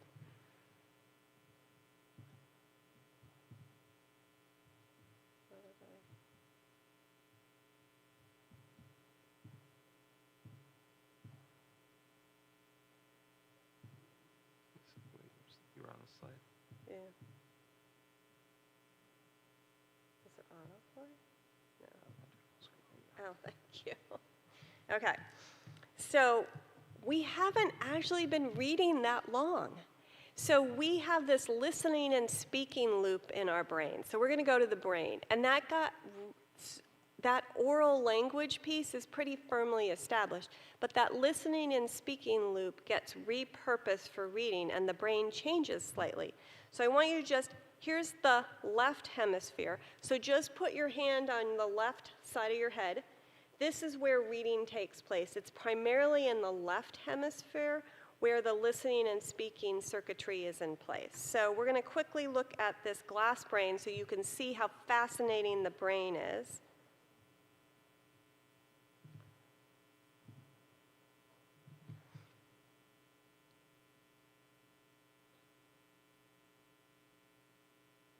Okay, so we'll stop that. But what they've been able to do is they've been able to, oh no. Let's see if I can do it. Exit full screen. There we go. Okay, I did it. All right. So what they've been able to do is follow a brain when a word's being read, and they can see the loop that's taking place. They can also look at brains that are having difficulty learning how to read, and they can see where it's lighting up. So that, again, is oversimplified. So here's the reading brain. So if you put your hand right here, and I actually have, if you are willing, I have these brain hats. So maybe if you feel like it, you don't have to. About one drop. I have this brain hat. I have it in the drive, and it can show the circuitry in the brain, and students think these are pretty cool. But if I go like this, and I put my hand right here, this part of my brain is seeing the letter form and recognizing that letter form. Then I apply what to the letters? I apply sounds to the letters. I hold the whole word. I apply sounds, see right here in the frontal lobe. And then I shift over here for meaning. I have to apply, oh, put them on. You've just been on vacation. Oh, you weren't on vacation? Okay. And then there is a loop established in the brain. All right. So here we go. I'm going to put it on. And here I'm seeing the letters. After I recognize the letter form, I have to apply sound. And I have to hold the word, and then I apply meaning, and I go over to my right hemisphere, and that's my relationship with the term. Okay. So this is from the work of Stanislaus Dehaene. And for the sake of time, I'm not going to do this right now. Maybe I'll do it when we come back. He's not the most dynamic speaker, but what he shows is a word being read and moving through the brain, and all of these colored circles light up. So visual input, see the letters. Form area, holding the whole word. Access to pronunciation, the sounds, blending the sounds together, and then meaning. And ultimately, this is the listening and speaking loop in the brain. You hold the whole word and you no longer need to sound it out, and you go right from seeing it to meaning. You're still looking at the string of letters, but you don't need to do the whole circuit. But the brain needs practice because we're not hardwired to read. So one analogy is, here's a more simplified version. This is from the Shaywitzes at Yale, is that in our town, and I don't know if that's the case here, we have all of these bridges, and the bridges are closed, and then they're under construction literally for like 3 years. So I'm used to going a certain way, like when I would go to the elementary school, and then I kept forgetting that the bridge was closed. So enough times, then I'd go the other way, and then 3 years later, when the bridge was reopened, I had to remyelinate my brain to go left instead of right. So what you're doing is if this circuitry is not firmly in place, or a brain is struggling with repurposing it, or the brain hasn't had enough practice, you have to kind of lay down this groove in the brain.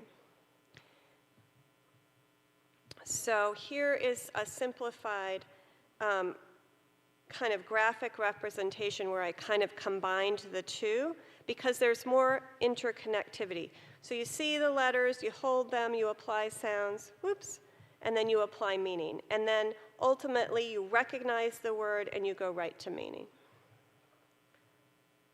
So think of the word map, and that little guy who that was the first word that he read, he was still figuring out what these letter forms are. He was still struggling with applying sounds, and he was having a hard time pulling them together. But he fully knew what a map was. So here are the steps. You can go back. I have these in the slideshow. I have them in the drive, and you can kind of go through this process. But, oh, here. Here is showing what happens when a word is read. So this happens in milliseconds. You can see it starting in the visual, occipital, temporal, starting to move, starting to get to sound, and then to meaning. And I don't have the second set of slides, but it just keeps making that circuit with more lit up. So again, in skilled readers, there is a trajectory toward the word form area, and a child analyzes and correctly reads a word a few times, creates what's called a neural model, and stores it for instant recall. excuse me, that's the end goal of doing all of this. What David Kilpatrick says, and I'm going to get there, he's saying that if you have enough skillful practice, the average reader by the end of second grade only needs 2 to 4 passes at a word to store it. But a new emergent reader can need more than 40 exposures to store that word. And again, those are kind of generalized statistics, but if you bypass this, then you get children who get so stuck in guessing that it's hard to break that process for them. So here's the 4-part processing model. In typical readers, these parts work in perfect harmony, and this is what Becky said in that video. They're happening so quickly that you're not aware of the process. And again, none of these pieces are hardwired. The parts of the brain that are accessed were developed through evolution for other functions such as speech and hearing. And when the brain learns to read, it does change. The other thing that is kind of interesting is the brain loses the mirroring aspect that is so finely attuned when they're born as infants.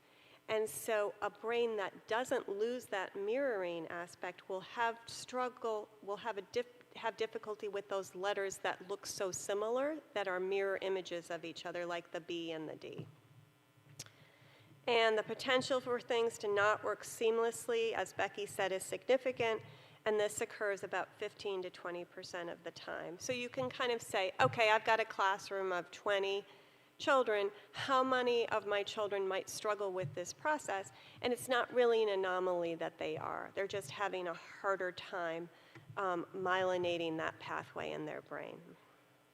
So here is the 4-part processing model. This comes from Dr. Carol Tolman. You can go back and see this link.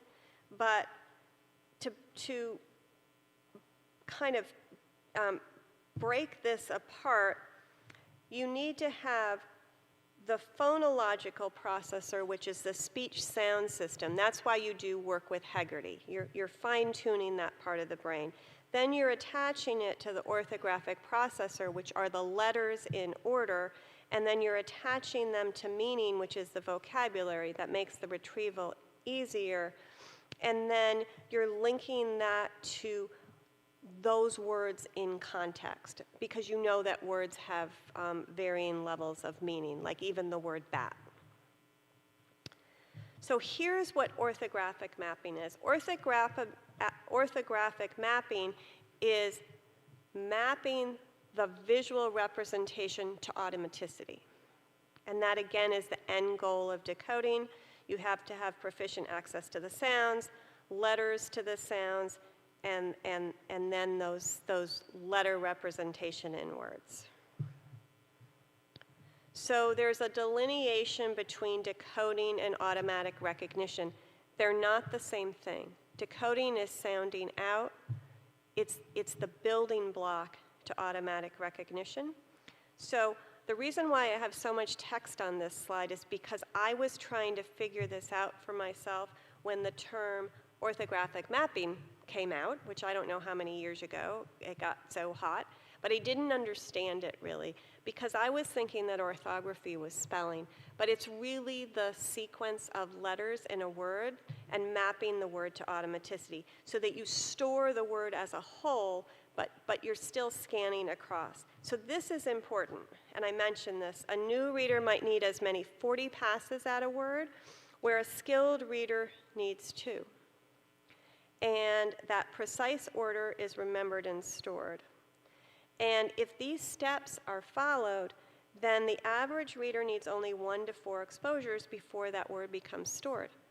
But if there are all of these gaps and splinter deficits, then they're going to need, they need a lot more practice.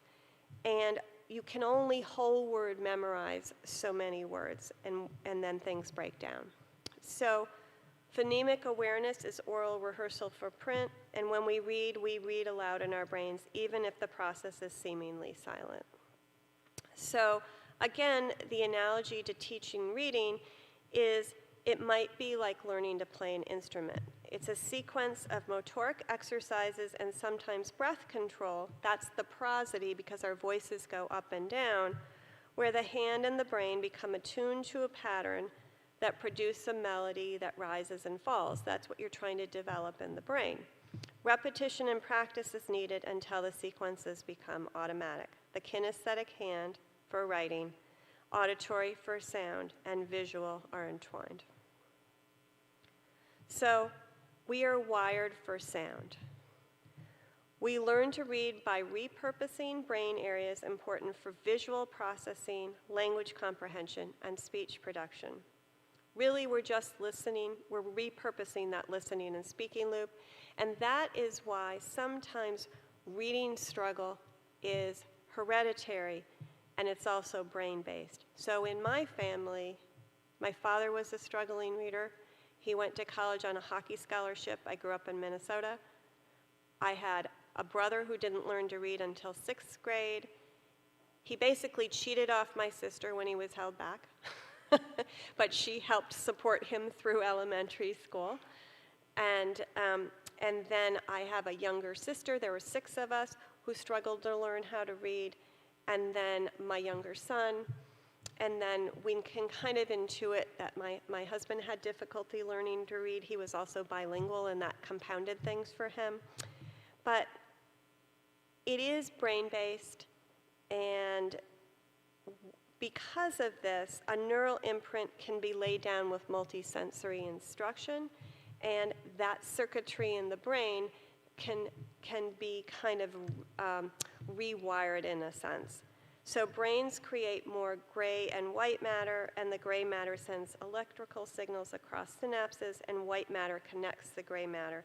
But we all benefit because we develop an affinity for linguistics and language structure, and it's actually fascinating if it's brought in the right way. So here I'm focusing on this slide right now, not per se for dyslexia, but so that you can see the circuitry in the brain. So on the right, this is a brain where there's lots of overactivation in the sound-based part of the brain. There's lots of manipulation that is being used to overcompensate, and there's probably lots of things being lit up in the right hemisphere. And the visual part of the brain is not being activated as much. So difficulty with reading could be visual, meaning scanning across, letters might get slightly out of order or transposed, or it might be auditory based, or this is oversimplification, or it could be a combination of the two, and there might be gaps in the sound-based layer. So, I'm not going to unpack that any further because there's certainly a lot more to it. But then on the left, you can see that all of those circles are lit up.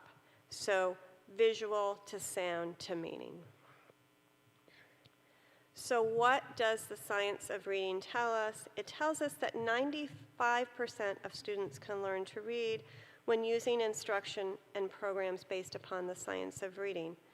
And 30% with any instruction, 50% with explicit and direct, 15% with additional time and support, and 5% are kind of those outliers who need adjustments to the instruction. So there's Miss Maya, and she wanted to read Mercy Watson more than anything.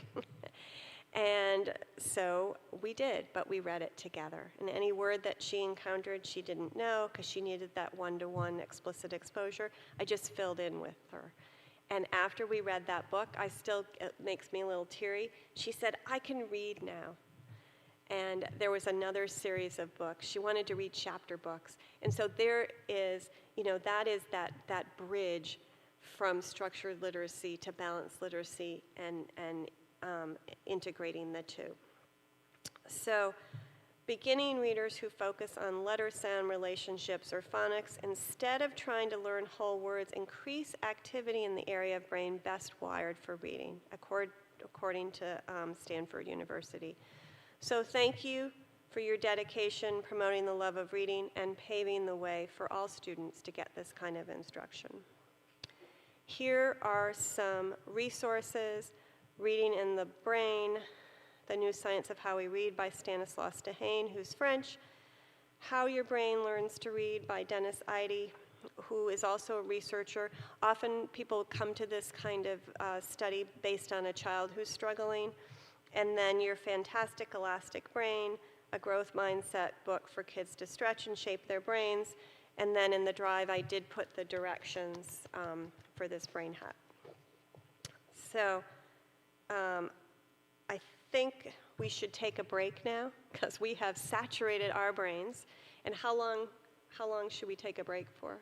15 minutes? So please come back, and I'll see you soon. Okay.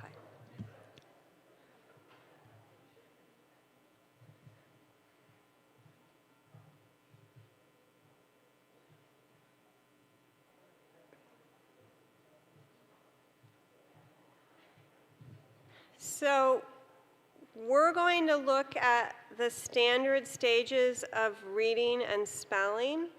And as I'm moving through, there are standard stages of reading and spelling. What to consider sometimes is these are natural phases, but sometimes students may not be progressing through, and then there are indicators of difficulty. So we're going to focus on the work of Linnea Airy and Jeannie Chall, and then Richard Gentry for standard stages of spelling. So learning to read and write is a fluid process with phases. And this, again, is based upon the work of Linnea Airy, Dr. Richard Gentry, Louisa Mose, and Jeannie Chall. Jeannie Chall developed the stages of reading way back when the battle between whole word and phonics was heating up. And she developed these standard stages based upon Piaget's stages of cognitive development. So we know that there is a path that children follow to reach proficiency, but they may not all develop through each phase at the same rate.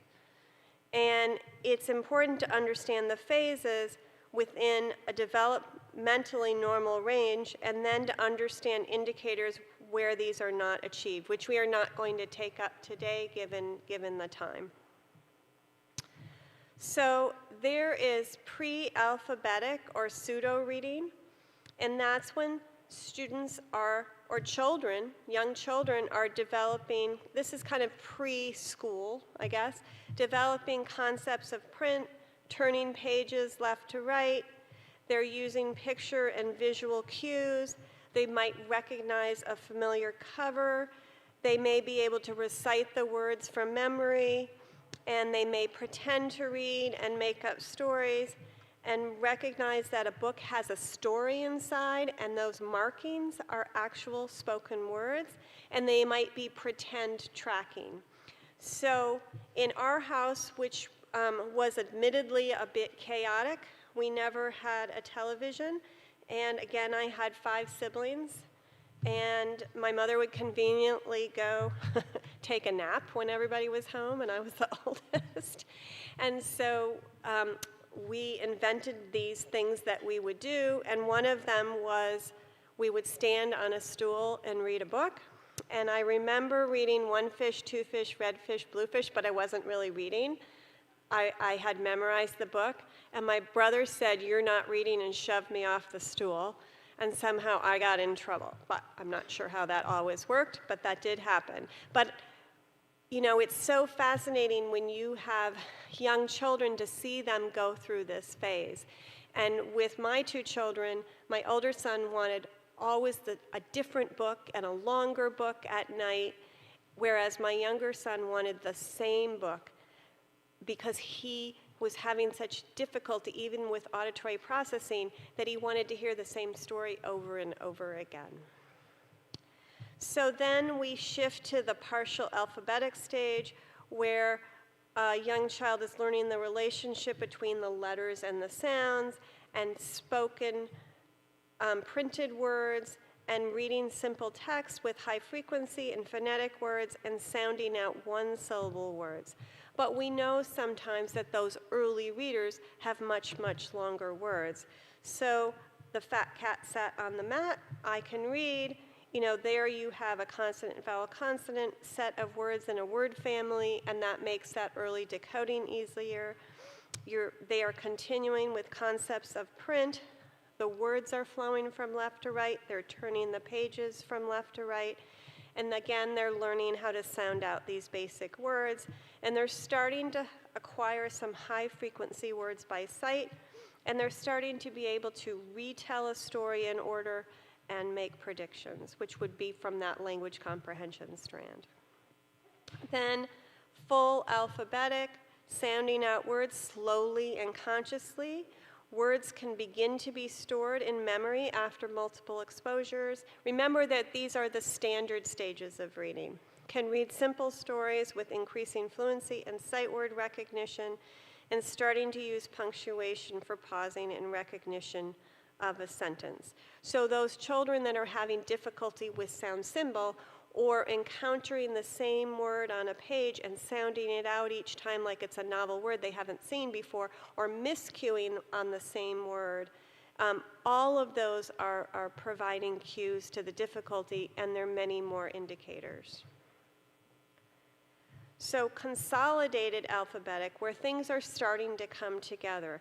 They're reading by letter chunks or strands, meaning that they might recognize a string of letters that contain a group of phonograms or a recognition of a rhyme, meaning if I had the word, of course I'm not, ponder versus, that's not a great word, but that's what's coming to mind, versus wonder. They recognize the O-N-D-E-R. That's not the best example because the vowel shifted. But they are recognizing kind of a chunk of the word as opposed to the individual letters or individual combinations of letters that have one sound. They're being given practice with common prefixes and suffixes like ing, ed, er, s, and es with plurals. And there's a beginning transition to reading to learn and reading to develop word knowledge and fluency. And A to Z Mysteries is an example of this stage. The tricky part, again, when you're looking at leveled readers, is that the level is not equivalent to the decodability of the text. It's equivalent to the high frequency words, the number of words in a sentence, the syllable structure, and there are a few other elements. But I could have, for example, a set of level D books, and there's huge variability. Then you shift to the automatic phase, fluent and effortless reading with understanding, reading to learn, reading to develop word knowledge and fluency and subject area knowledge. You're exploring different genres. You're able to summarize and identify the main idea, recall details and make inferences, and be able to compare and contrast. And again, think of your students who are struggling and what might be the indicators. So this is this is from Janie Chall. This is the stage where we are as adults. We're reading for our own purposes, both professional and personal. We're reading to create new knowledge. Reading is rapid and efficient. So as I compare myself to my husband, who is still a fairly slow reader, he remembers every detail of what he reads. And sometimes rate is the hardest thing to move, versus I read very quickly and efficiently, but I have a harder time holding the information and I have to reread. So how is it acquired? Wide reading of more difficult materials, reading beyond one's immediate needs, reading all multi-genres to get varying viewpoints. And so, for example, if you want to take home Frost and the Squid or go get it out of the library, it is actually a fascinating book by Dr. Marion Wolf about the brain. And reading is more efficient than listening if you can get to this phase. So shift to stages of spelling development. Just as with the stages of reading development, these came much later. So the mind is not a camera, meaning that we can't whole word memorize a bunch of words. Then we're not able to generalize the patterns. And, you know, spelling lists used to often be attached to subject areas. They weren't, you know, phonetically driven. There were a lot of mixed patterns. Children were memorizing words, and then they weren't able to hold and generalize those patterns. So encoding or spelling is the reciprocal to decoding. It is the ability to choose the correct symbol or grapheme to represent the speech sound in the correct order. There are multiple choices for sounds. The choice is often based upon position in the word, etymology, and must be missing a word there. So, for example, if you look at the word scholar, S, that's more clear. S in the beginning position is often written with an S. But when I get to that k sound, this is a Greek-based word. So I could choose C, I could choose K, I could choose CK, or I could use CH. So I'm limiting choices. CK typically only comes at the end. Scholar, and then there's that AR saying when it's dropped. So we are not going to get into unpacking all of the phonics in terms of this word, but also you associate this word with other derivations of the words. So scholar, scholarly, scholastic, all, you know, words that have that CH, and even school. So here are the stages of spelling development, and we're going to go from that kind of pre-writing stage all the way to derivational, which is when you are writing words with prefixes, roots, and suffixes. So if you are looking at this example, just look at it for a second and think about what you notice. What do you notice in this example? This is like from early writer's workshop.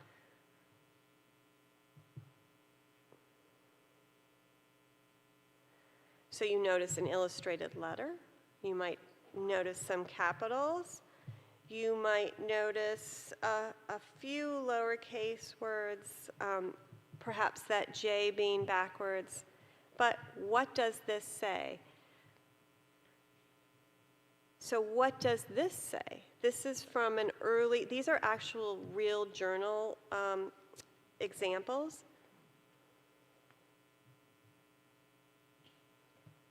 So if you looked at it phonetically, you might think that that says dirty cat. But in fact, it says, I love my teacher. So there is no letter-word correspondence. And at this point, there is universal love. So a child may know some letters, but they don't have a clear understanding of the sound-symbol relationship. They're just playing with letters on a page. They're not writing in word units, and the writing might go from left to right. It could go up and down or backwards. So I remember working with a child, and I noticed that this child was actually processing from right to left, and there were a lot of clues. So I asked the child what her initials were, and they were AM, and she said MA. She did a drawing of kind of a seascape with the water on the top and the sun on the bottom, which was really, really interesting. And even with X, which has a X sound, she said it was sk. And then I watched her when she was tracking, and she was having such a hard time with that early left to right. And if you think of the brain, there is some research to suggest that in a brain that is struggling, that the hemispheres are the same size, but in a brain that is easily repurposing the listening and speaking loop, that the left hemisphere is slightly bigger.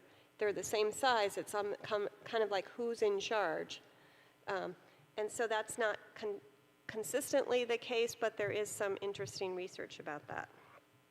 So early phonetic, this is like early texting. So think about what that might say. So talk to the person next to you, see if you can decode that.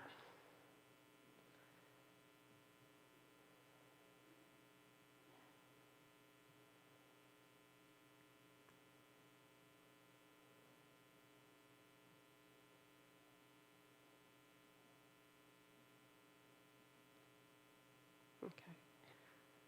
What about that first letter? So think about how letter names come into play. All right. Does anybody have an idea? All right, you ready?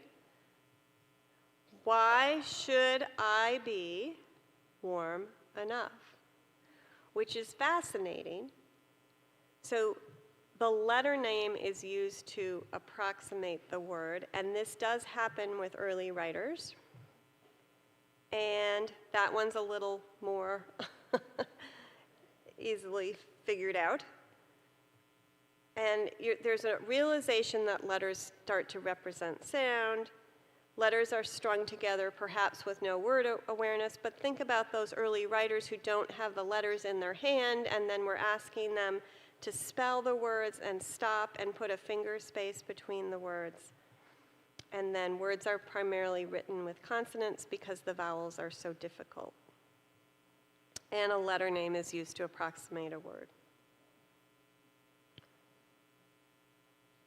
So for example, if you go to enough, the N and the F, and the B and the Y. And spelling's very economical. So I remember a 6th grade student saying, I don't really understand why I have to write an entire paragraph because my topic sentences are so perfect. I said, your topic sentences are great. He said, they're like little bumper stickers. I said, yeah, but you still have to write the paragraph.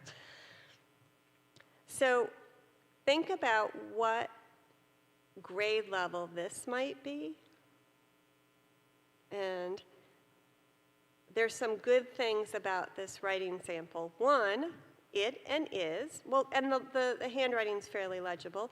It and is are probably high frequency words, and then raining outside gets all run together, but there is a capital, there's some other capitals throughout, and there is an ending period. And the sentence matches the picture.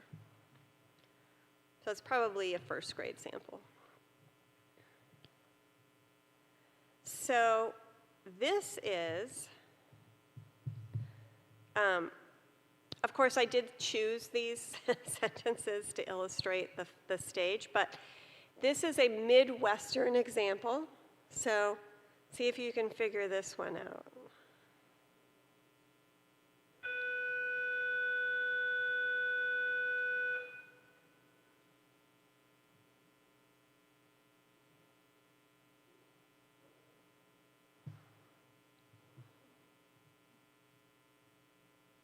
Okay. So this is a sentence about eating. And what does this student want to eat? Pizza. And what does this student want to drink? Pop. So I like to eat pizza. Also, I like to drink pop. And that GR, DR, TR are so closely articulated in your mouth. So this phase is spelling by mouth, where the way you are hearing the sounds. And then there's that S saying S or Z. So it's, when you look at spelling in isolation or you look at spelling in a sentence, it's fascinating to kind of analyze it. And then day came like fish and sugar, because of the H and the pronunciation. All of a sudden, you're getting into choice. Is it A? Is it I, A, Y, C, or K? I have to have that E to make the vowel long. Like, same thing. Fish, that S or SH. Sugar, that G sound and the H sound, and also the difficulty with the vowel there. So this is early to mid-grade 1. Spelling represents surface phonetic features. So this is a child who is spelling phonetically, but this is a standard phase. It's when a child continuously spells phonetically. And then spelling by mouth, and starting to use vowels, but they're primarily long. So this is an example from a 1st grade fairy tale, and I'll read it, but there's one word that I can't figure out. So If I was a dog, I would act like a, could be weird, it could be wild. I don't think it's red because this is not Clifford. I don't think it's wet because there's no rain. Dog, I will eat dog food, but I don't want to be a dog. And you can see what this child needs to work on. One, would is a word they have to memorize the spelling. Act, don't, want, that the two consonants at the end, and then dog is a proper noun in this case. So here, things are starting to come together, and see if you can sound this one out. It's a little bit easier.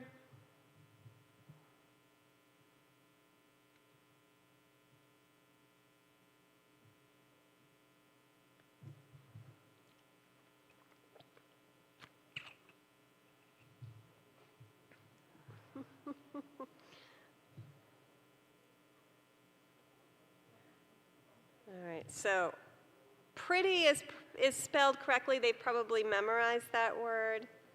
We did not plant any seeds. It was pretty and nice to see, and lots of bumblebees came to get honey. So those vowels are giving them difficulty in terms of the short vowels. And with that long E, how is that represented? And then with this S versus the CE. So later, first, second grade, beginning to realize that these graphemes or representation of the sounds with a group of letters might be more than one, and vowels are usually included in a syllable, but they could be misplaced or misrepresented. So here we're getting into multisyllabic words. The minute you get into syllables, you have an accent in a non-accent, like mitten or button or pilot. But with hurry, that double R protects the R control. So it's not hurrah, it's hurry, or it's not poked, it's popped. So that double P protects the short vowel. Parading is because it sounds like the A dropping, parading, which is called a schwa. And then middle, is it consonant LE, like middle or table, basic vocabulary? Is it EL, like novel? Or is it AL, like legal? So you get into choices. So when you teach phonics or linguistic structure, there are patterns to all of these choices. So stressed syllables are represented with more conventional vowel patterns, meaning the main accent of the word. Then you get into words that have prefixes, roots, and suffixes. Before I show the word, how do you think shun is typically spelled early on? S-H-U-N. And chur, C-H-E-R. So there's description. Is it D-I or is it D-E? And then there's that shun. Composition. What's the base word? Compose. But when you add the suffix, the vowel sound shifts. You're moving into more sophisticated word knowledge. Errors usually coincide with the addition of the prefix and the suffix. So spelling is probably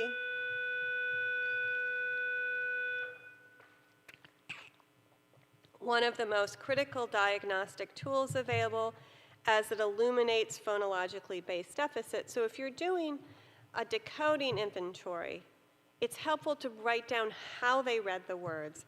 And then you're doing a spelling inventory or assessment. It's important to look at what the error is in the word, not just the percentages. So a child who struggles with automatic retrieval is severely hampered when faced with the cognitive demands of writing. An explicit instruction of orthography, also meaning spelling, links directly to greater success with decoding. And if you think of words as cultural artifacts, the choices in the word relate to its history and its etymology. And there have been, Benjamin Franklin brought one before Congress. There have been a number of bills early on suggesting that English should be simplified to have a one-to-one correspondence, like Finnish or Turkish, and that didn't happen. But here is an early example from one of my students, and this was when I was in North Carolina, and he told me that he loved to come to work with me because he never made mistakes and I could read what he wrote. Because in the class, he was getting all marked up. So then we would kind of carefully take up his errors and work with those to guide instruction, but he can rhyme. And he's still working on his punctuation. And I was always very careful with his writing to not overly edit, and we would only look at the patterns that he had been exposed to, and there was good structure exposure in the Tier 1 program in the classroom. So once there was a man named Mr. Jeepers, and he went camping to hunt cool creatures. When he got there, he saw a bear. He chased the bear and took all his hair, but he did not care about the bear without hair. During the night, he heard a noise and woke up, and he was a dog in the fog. Now, already you can kind of look at his spelling, and it's fascinating. Once, why did he spell it W-O-N-S? Because that's how it sounds. That's a word he had to memorize. There, E-R-E, he has to memorize that. Went, E versus I. Creatures, E-E versus E-A, that's a tricky one. And then that C-H-R-S. Chased, because that E-D saying T. Took, he has a few too many vowels. And then hair, E-A-R versus A-I-R, but you can kind of see what I'm doing there. You can see his choices, C-K versus K-E, and so already it gives some clues to what he needs to work on, but perhaps what he's been taught in the classroom and what still needs to be refined, but there's a natural reason why spelling drops out when students are writing in connected text, because their concentration is on holding the words and holding ideas. But he could see a bear without hair. It was unfair, but the bear did not care, and that was the story of Mr. Jeepers and the bear. So he has a narrative story arc and a beginning and middle and end. So here are this is a visual representation of the stages of spelling that we looked at. And here in the drive, if I can make this bigger, this is something that you can print out that has the stages of spelling side by side with the stages of reading. So it's kind of linking the writing with the reading. So I think that this might be helpful. And then if I go to this list, here's everything in the drive, by the way. There's the brain hat, there's a brain project, glossary of terms, reading and writing, spelling stages, science of reading, the slideshow, and we're going to go to this one. Okay, so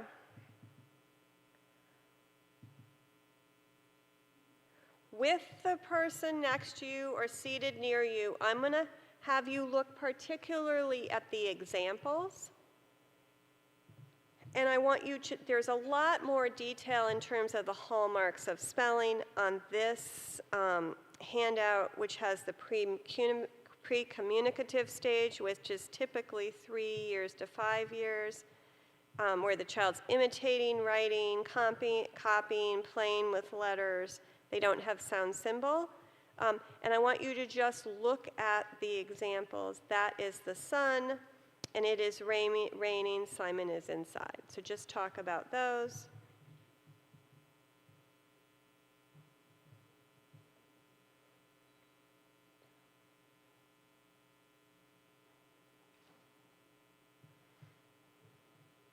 Okay. So is there a correspondence between the writing and the words? No. So I remember I thought that writing was the writing on a Hostess cupcake because we didn't have snacks like that at my house. And I remember my mother saying to stop please doing that was, less than subtle, and she wasn't still going to get Hostess cupcakes. But I said, but this is writing. So I thought it was all those little loops. All right, so here is the semi-phonetic. Let me get this a little bit bigger, because I don't know if you can see it in the back.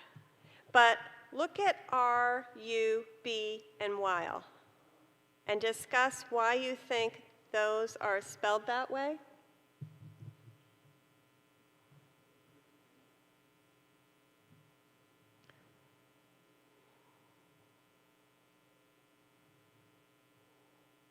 Okay, so I won't belabor this, but they're spelled by using letter name.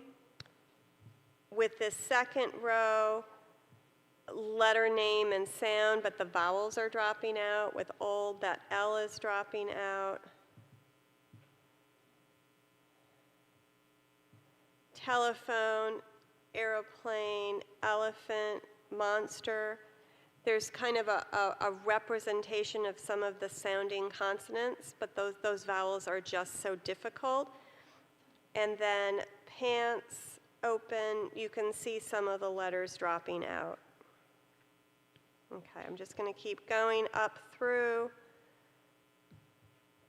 I'm just going to flag a few things on this list that are interesting.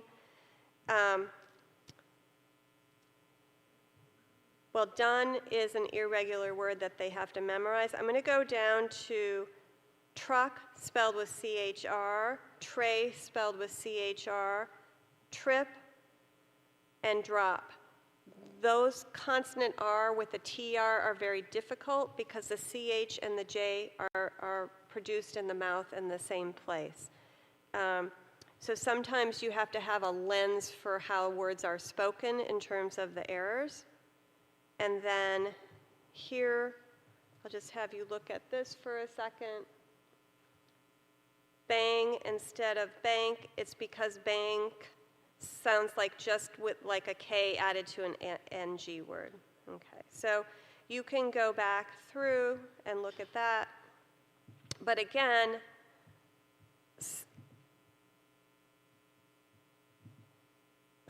looking at spelling and analyzing it is really, really helpful, and then comparing it to their single word reading. So these are the resources that you have in the drive. You have Airy and Gentry stages of reading and spelling, and then you have Cedric Croft's stages of spelling development. So structure of language, what we will cover. We're going to look briefly at the layers of language, 6-syllable types, an overview of phonics, because it would be too overwhelming to try to kind of unpack all of that right now, and people may have varying exposure to it.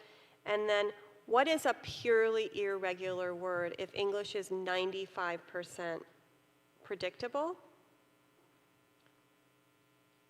So here are the layers of language. So I'm going to have you think about one last sort. You may or may not know the definitions of these. It is okay to use your phone for this.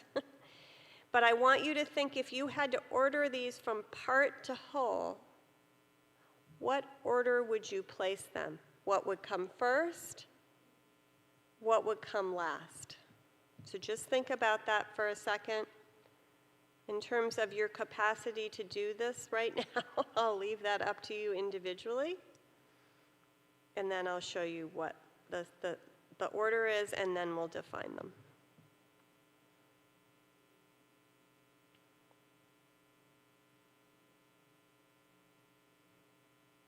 So as you're teaching reading, you're also teaching linguistic terminology: syllable, vowel, consonant, morpheme.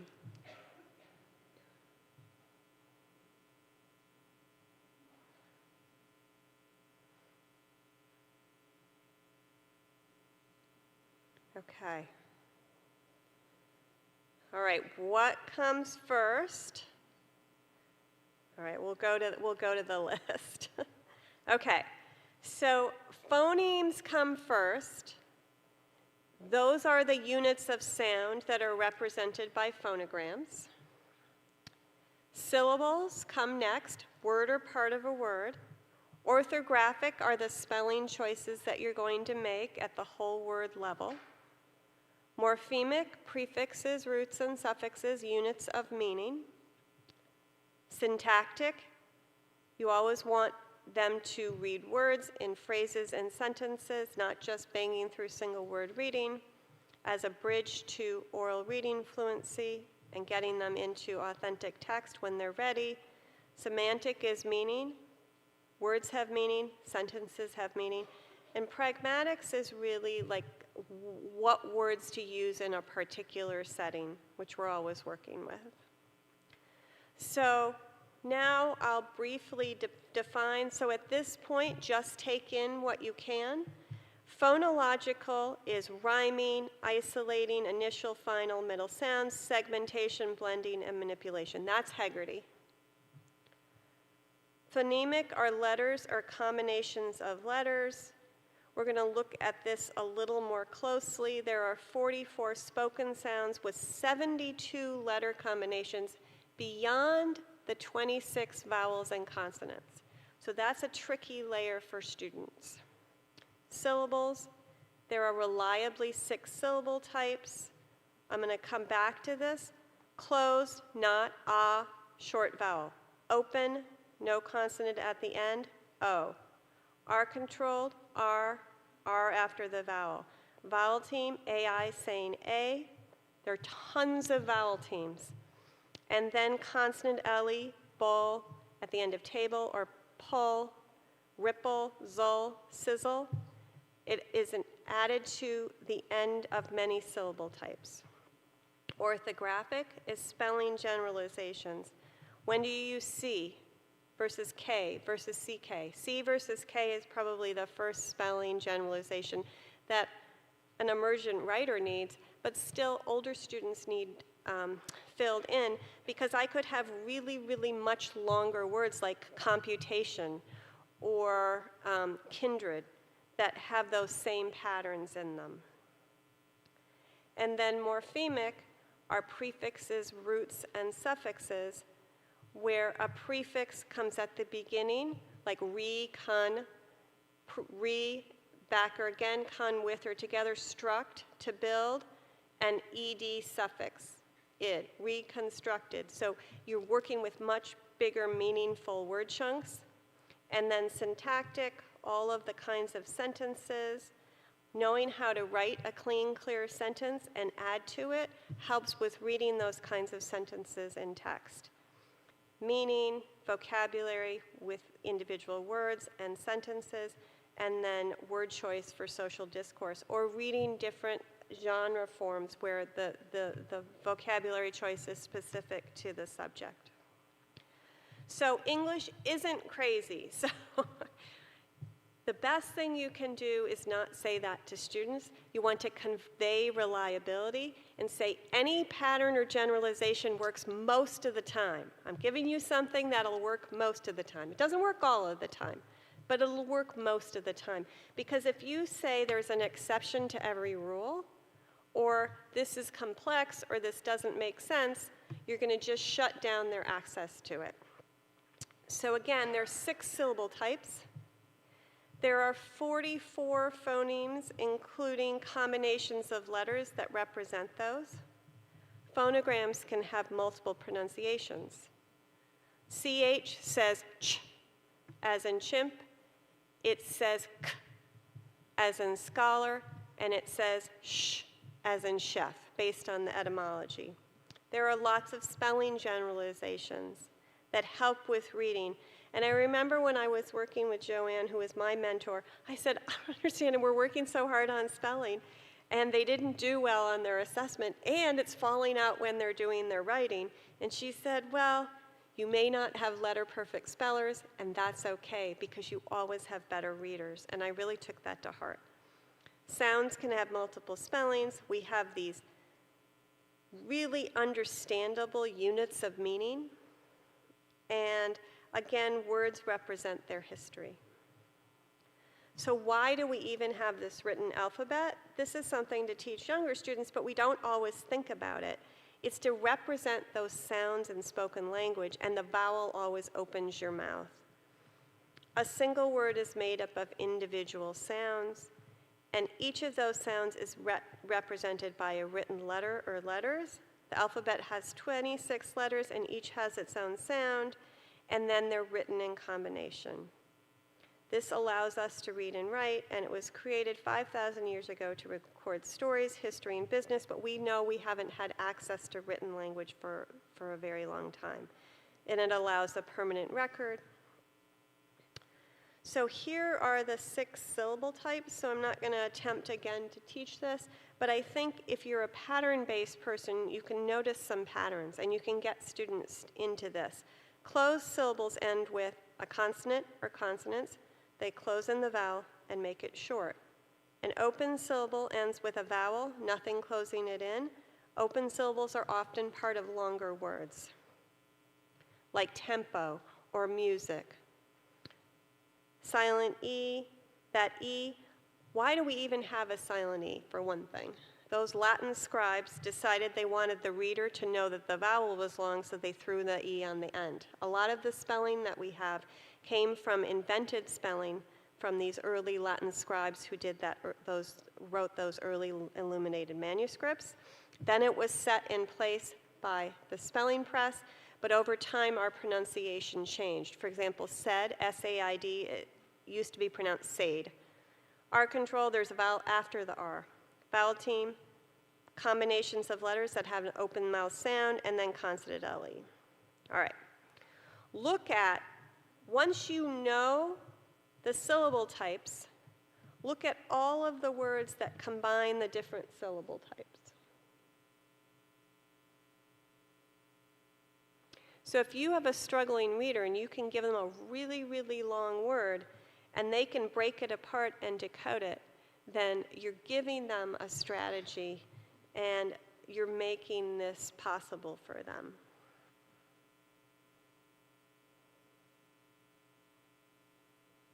Okay, so where do you start? You start with letter naming fluency and saying the alphabet. Then, recognizing that letter forms have names and sounds, you build letter sound fluency with the consonants and short vowels. Then you read those consonants and short vowels in very short words, and you learn high-frequency early function sight words like the and said. And you practice with early decodable text. This is like practicing with a musical instrument. You are practicing what you've learned in a text that is controlled based on those phonetic representations. Of course, you want to expose them to other literature. That's really, really, really important. So I remember meeting with an author of a pretty well-known program, which is not a program that you have, and she said, this is the only thing that should be in K through second, and there are these beautiful chapter books. And I said, well, wait a second, you mean all the children are only going to read these chapter books? And she said, yes.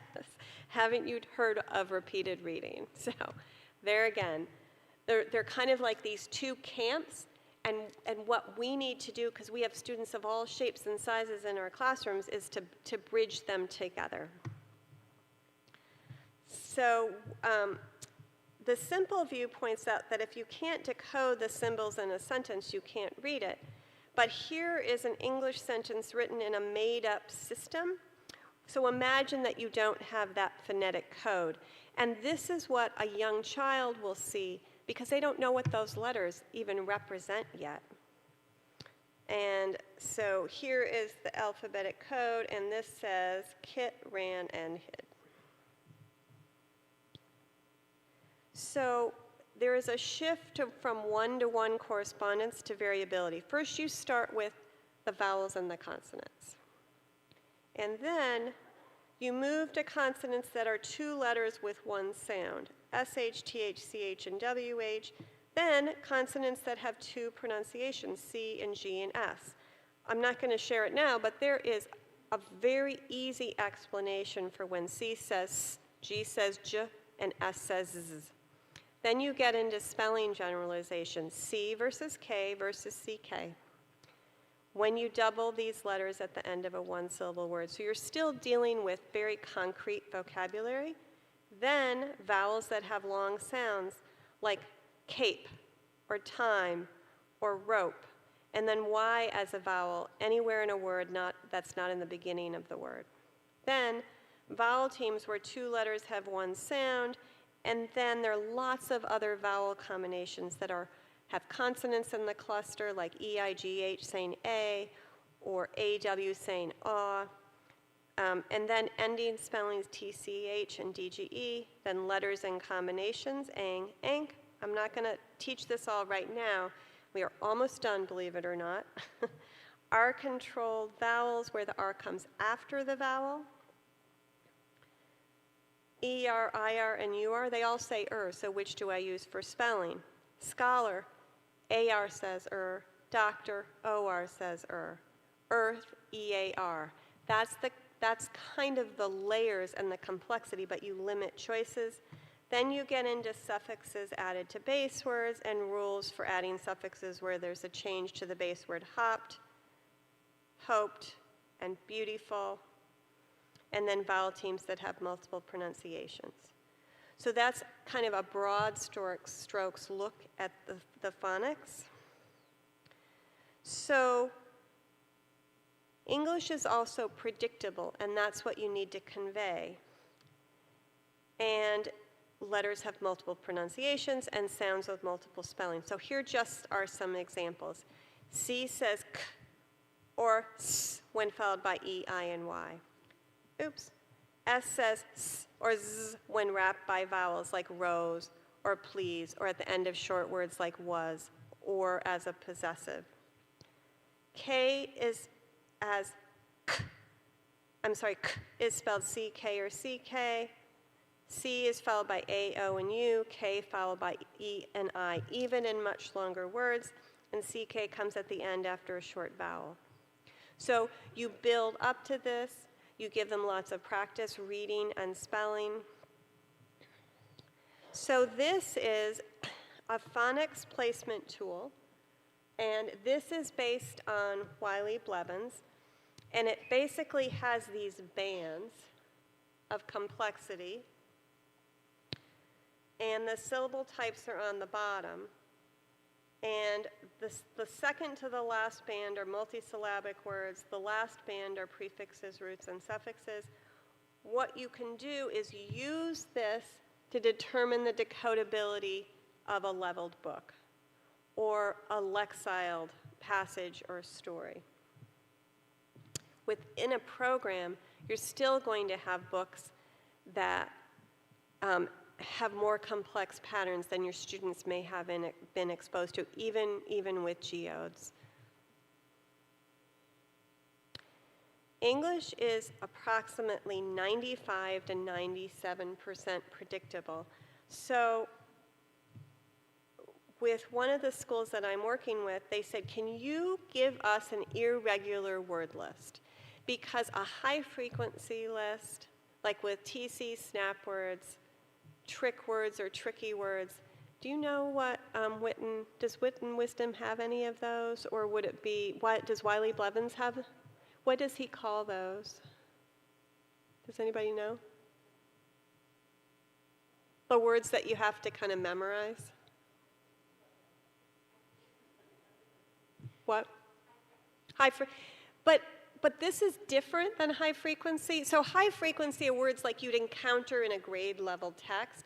These are words that are purely, that you can't sound out. So what I did was I looked at all the lists. I looked at the Dolch list, the Fry list, I looked at all of the programs, and I distilled it to this list.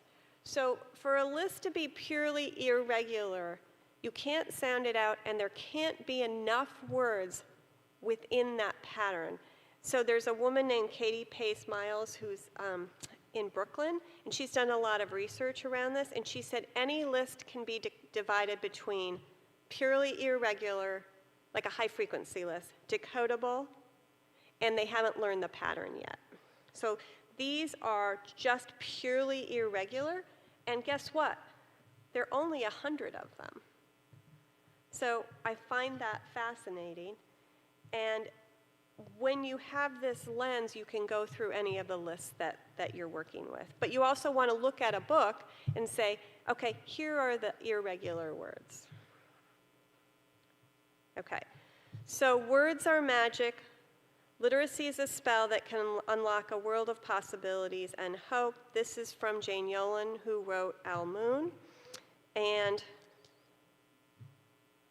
gosh, I am way ahead of myself. So thank you so much. And, you know, I know that this is a big group, but I will hang around if you have questions, or if you have questions now that you want to ask that you think might be helpful for the group. I'm happy to take those. But in terms of what we've covered, I'm just going to quickly go back to that early slide.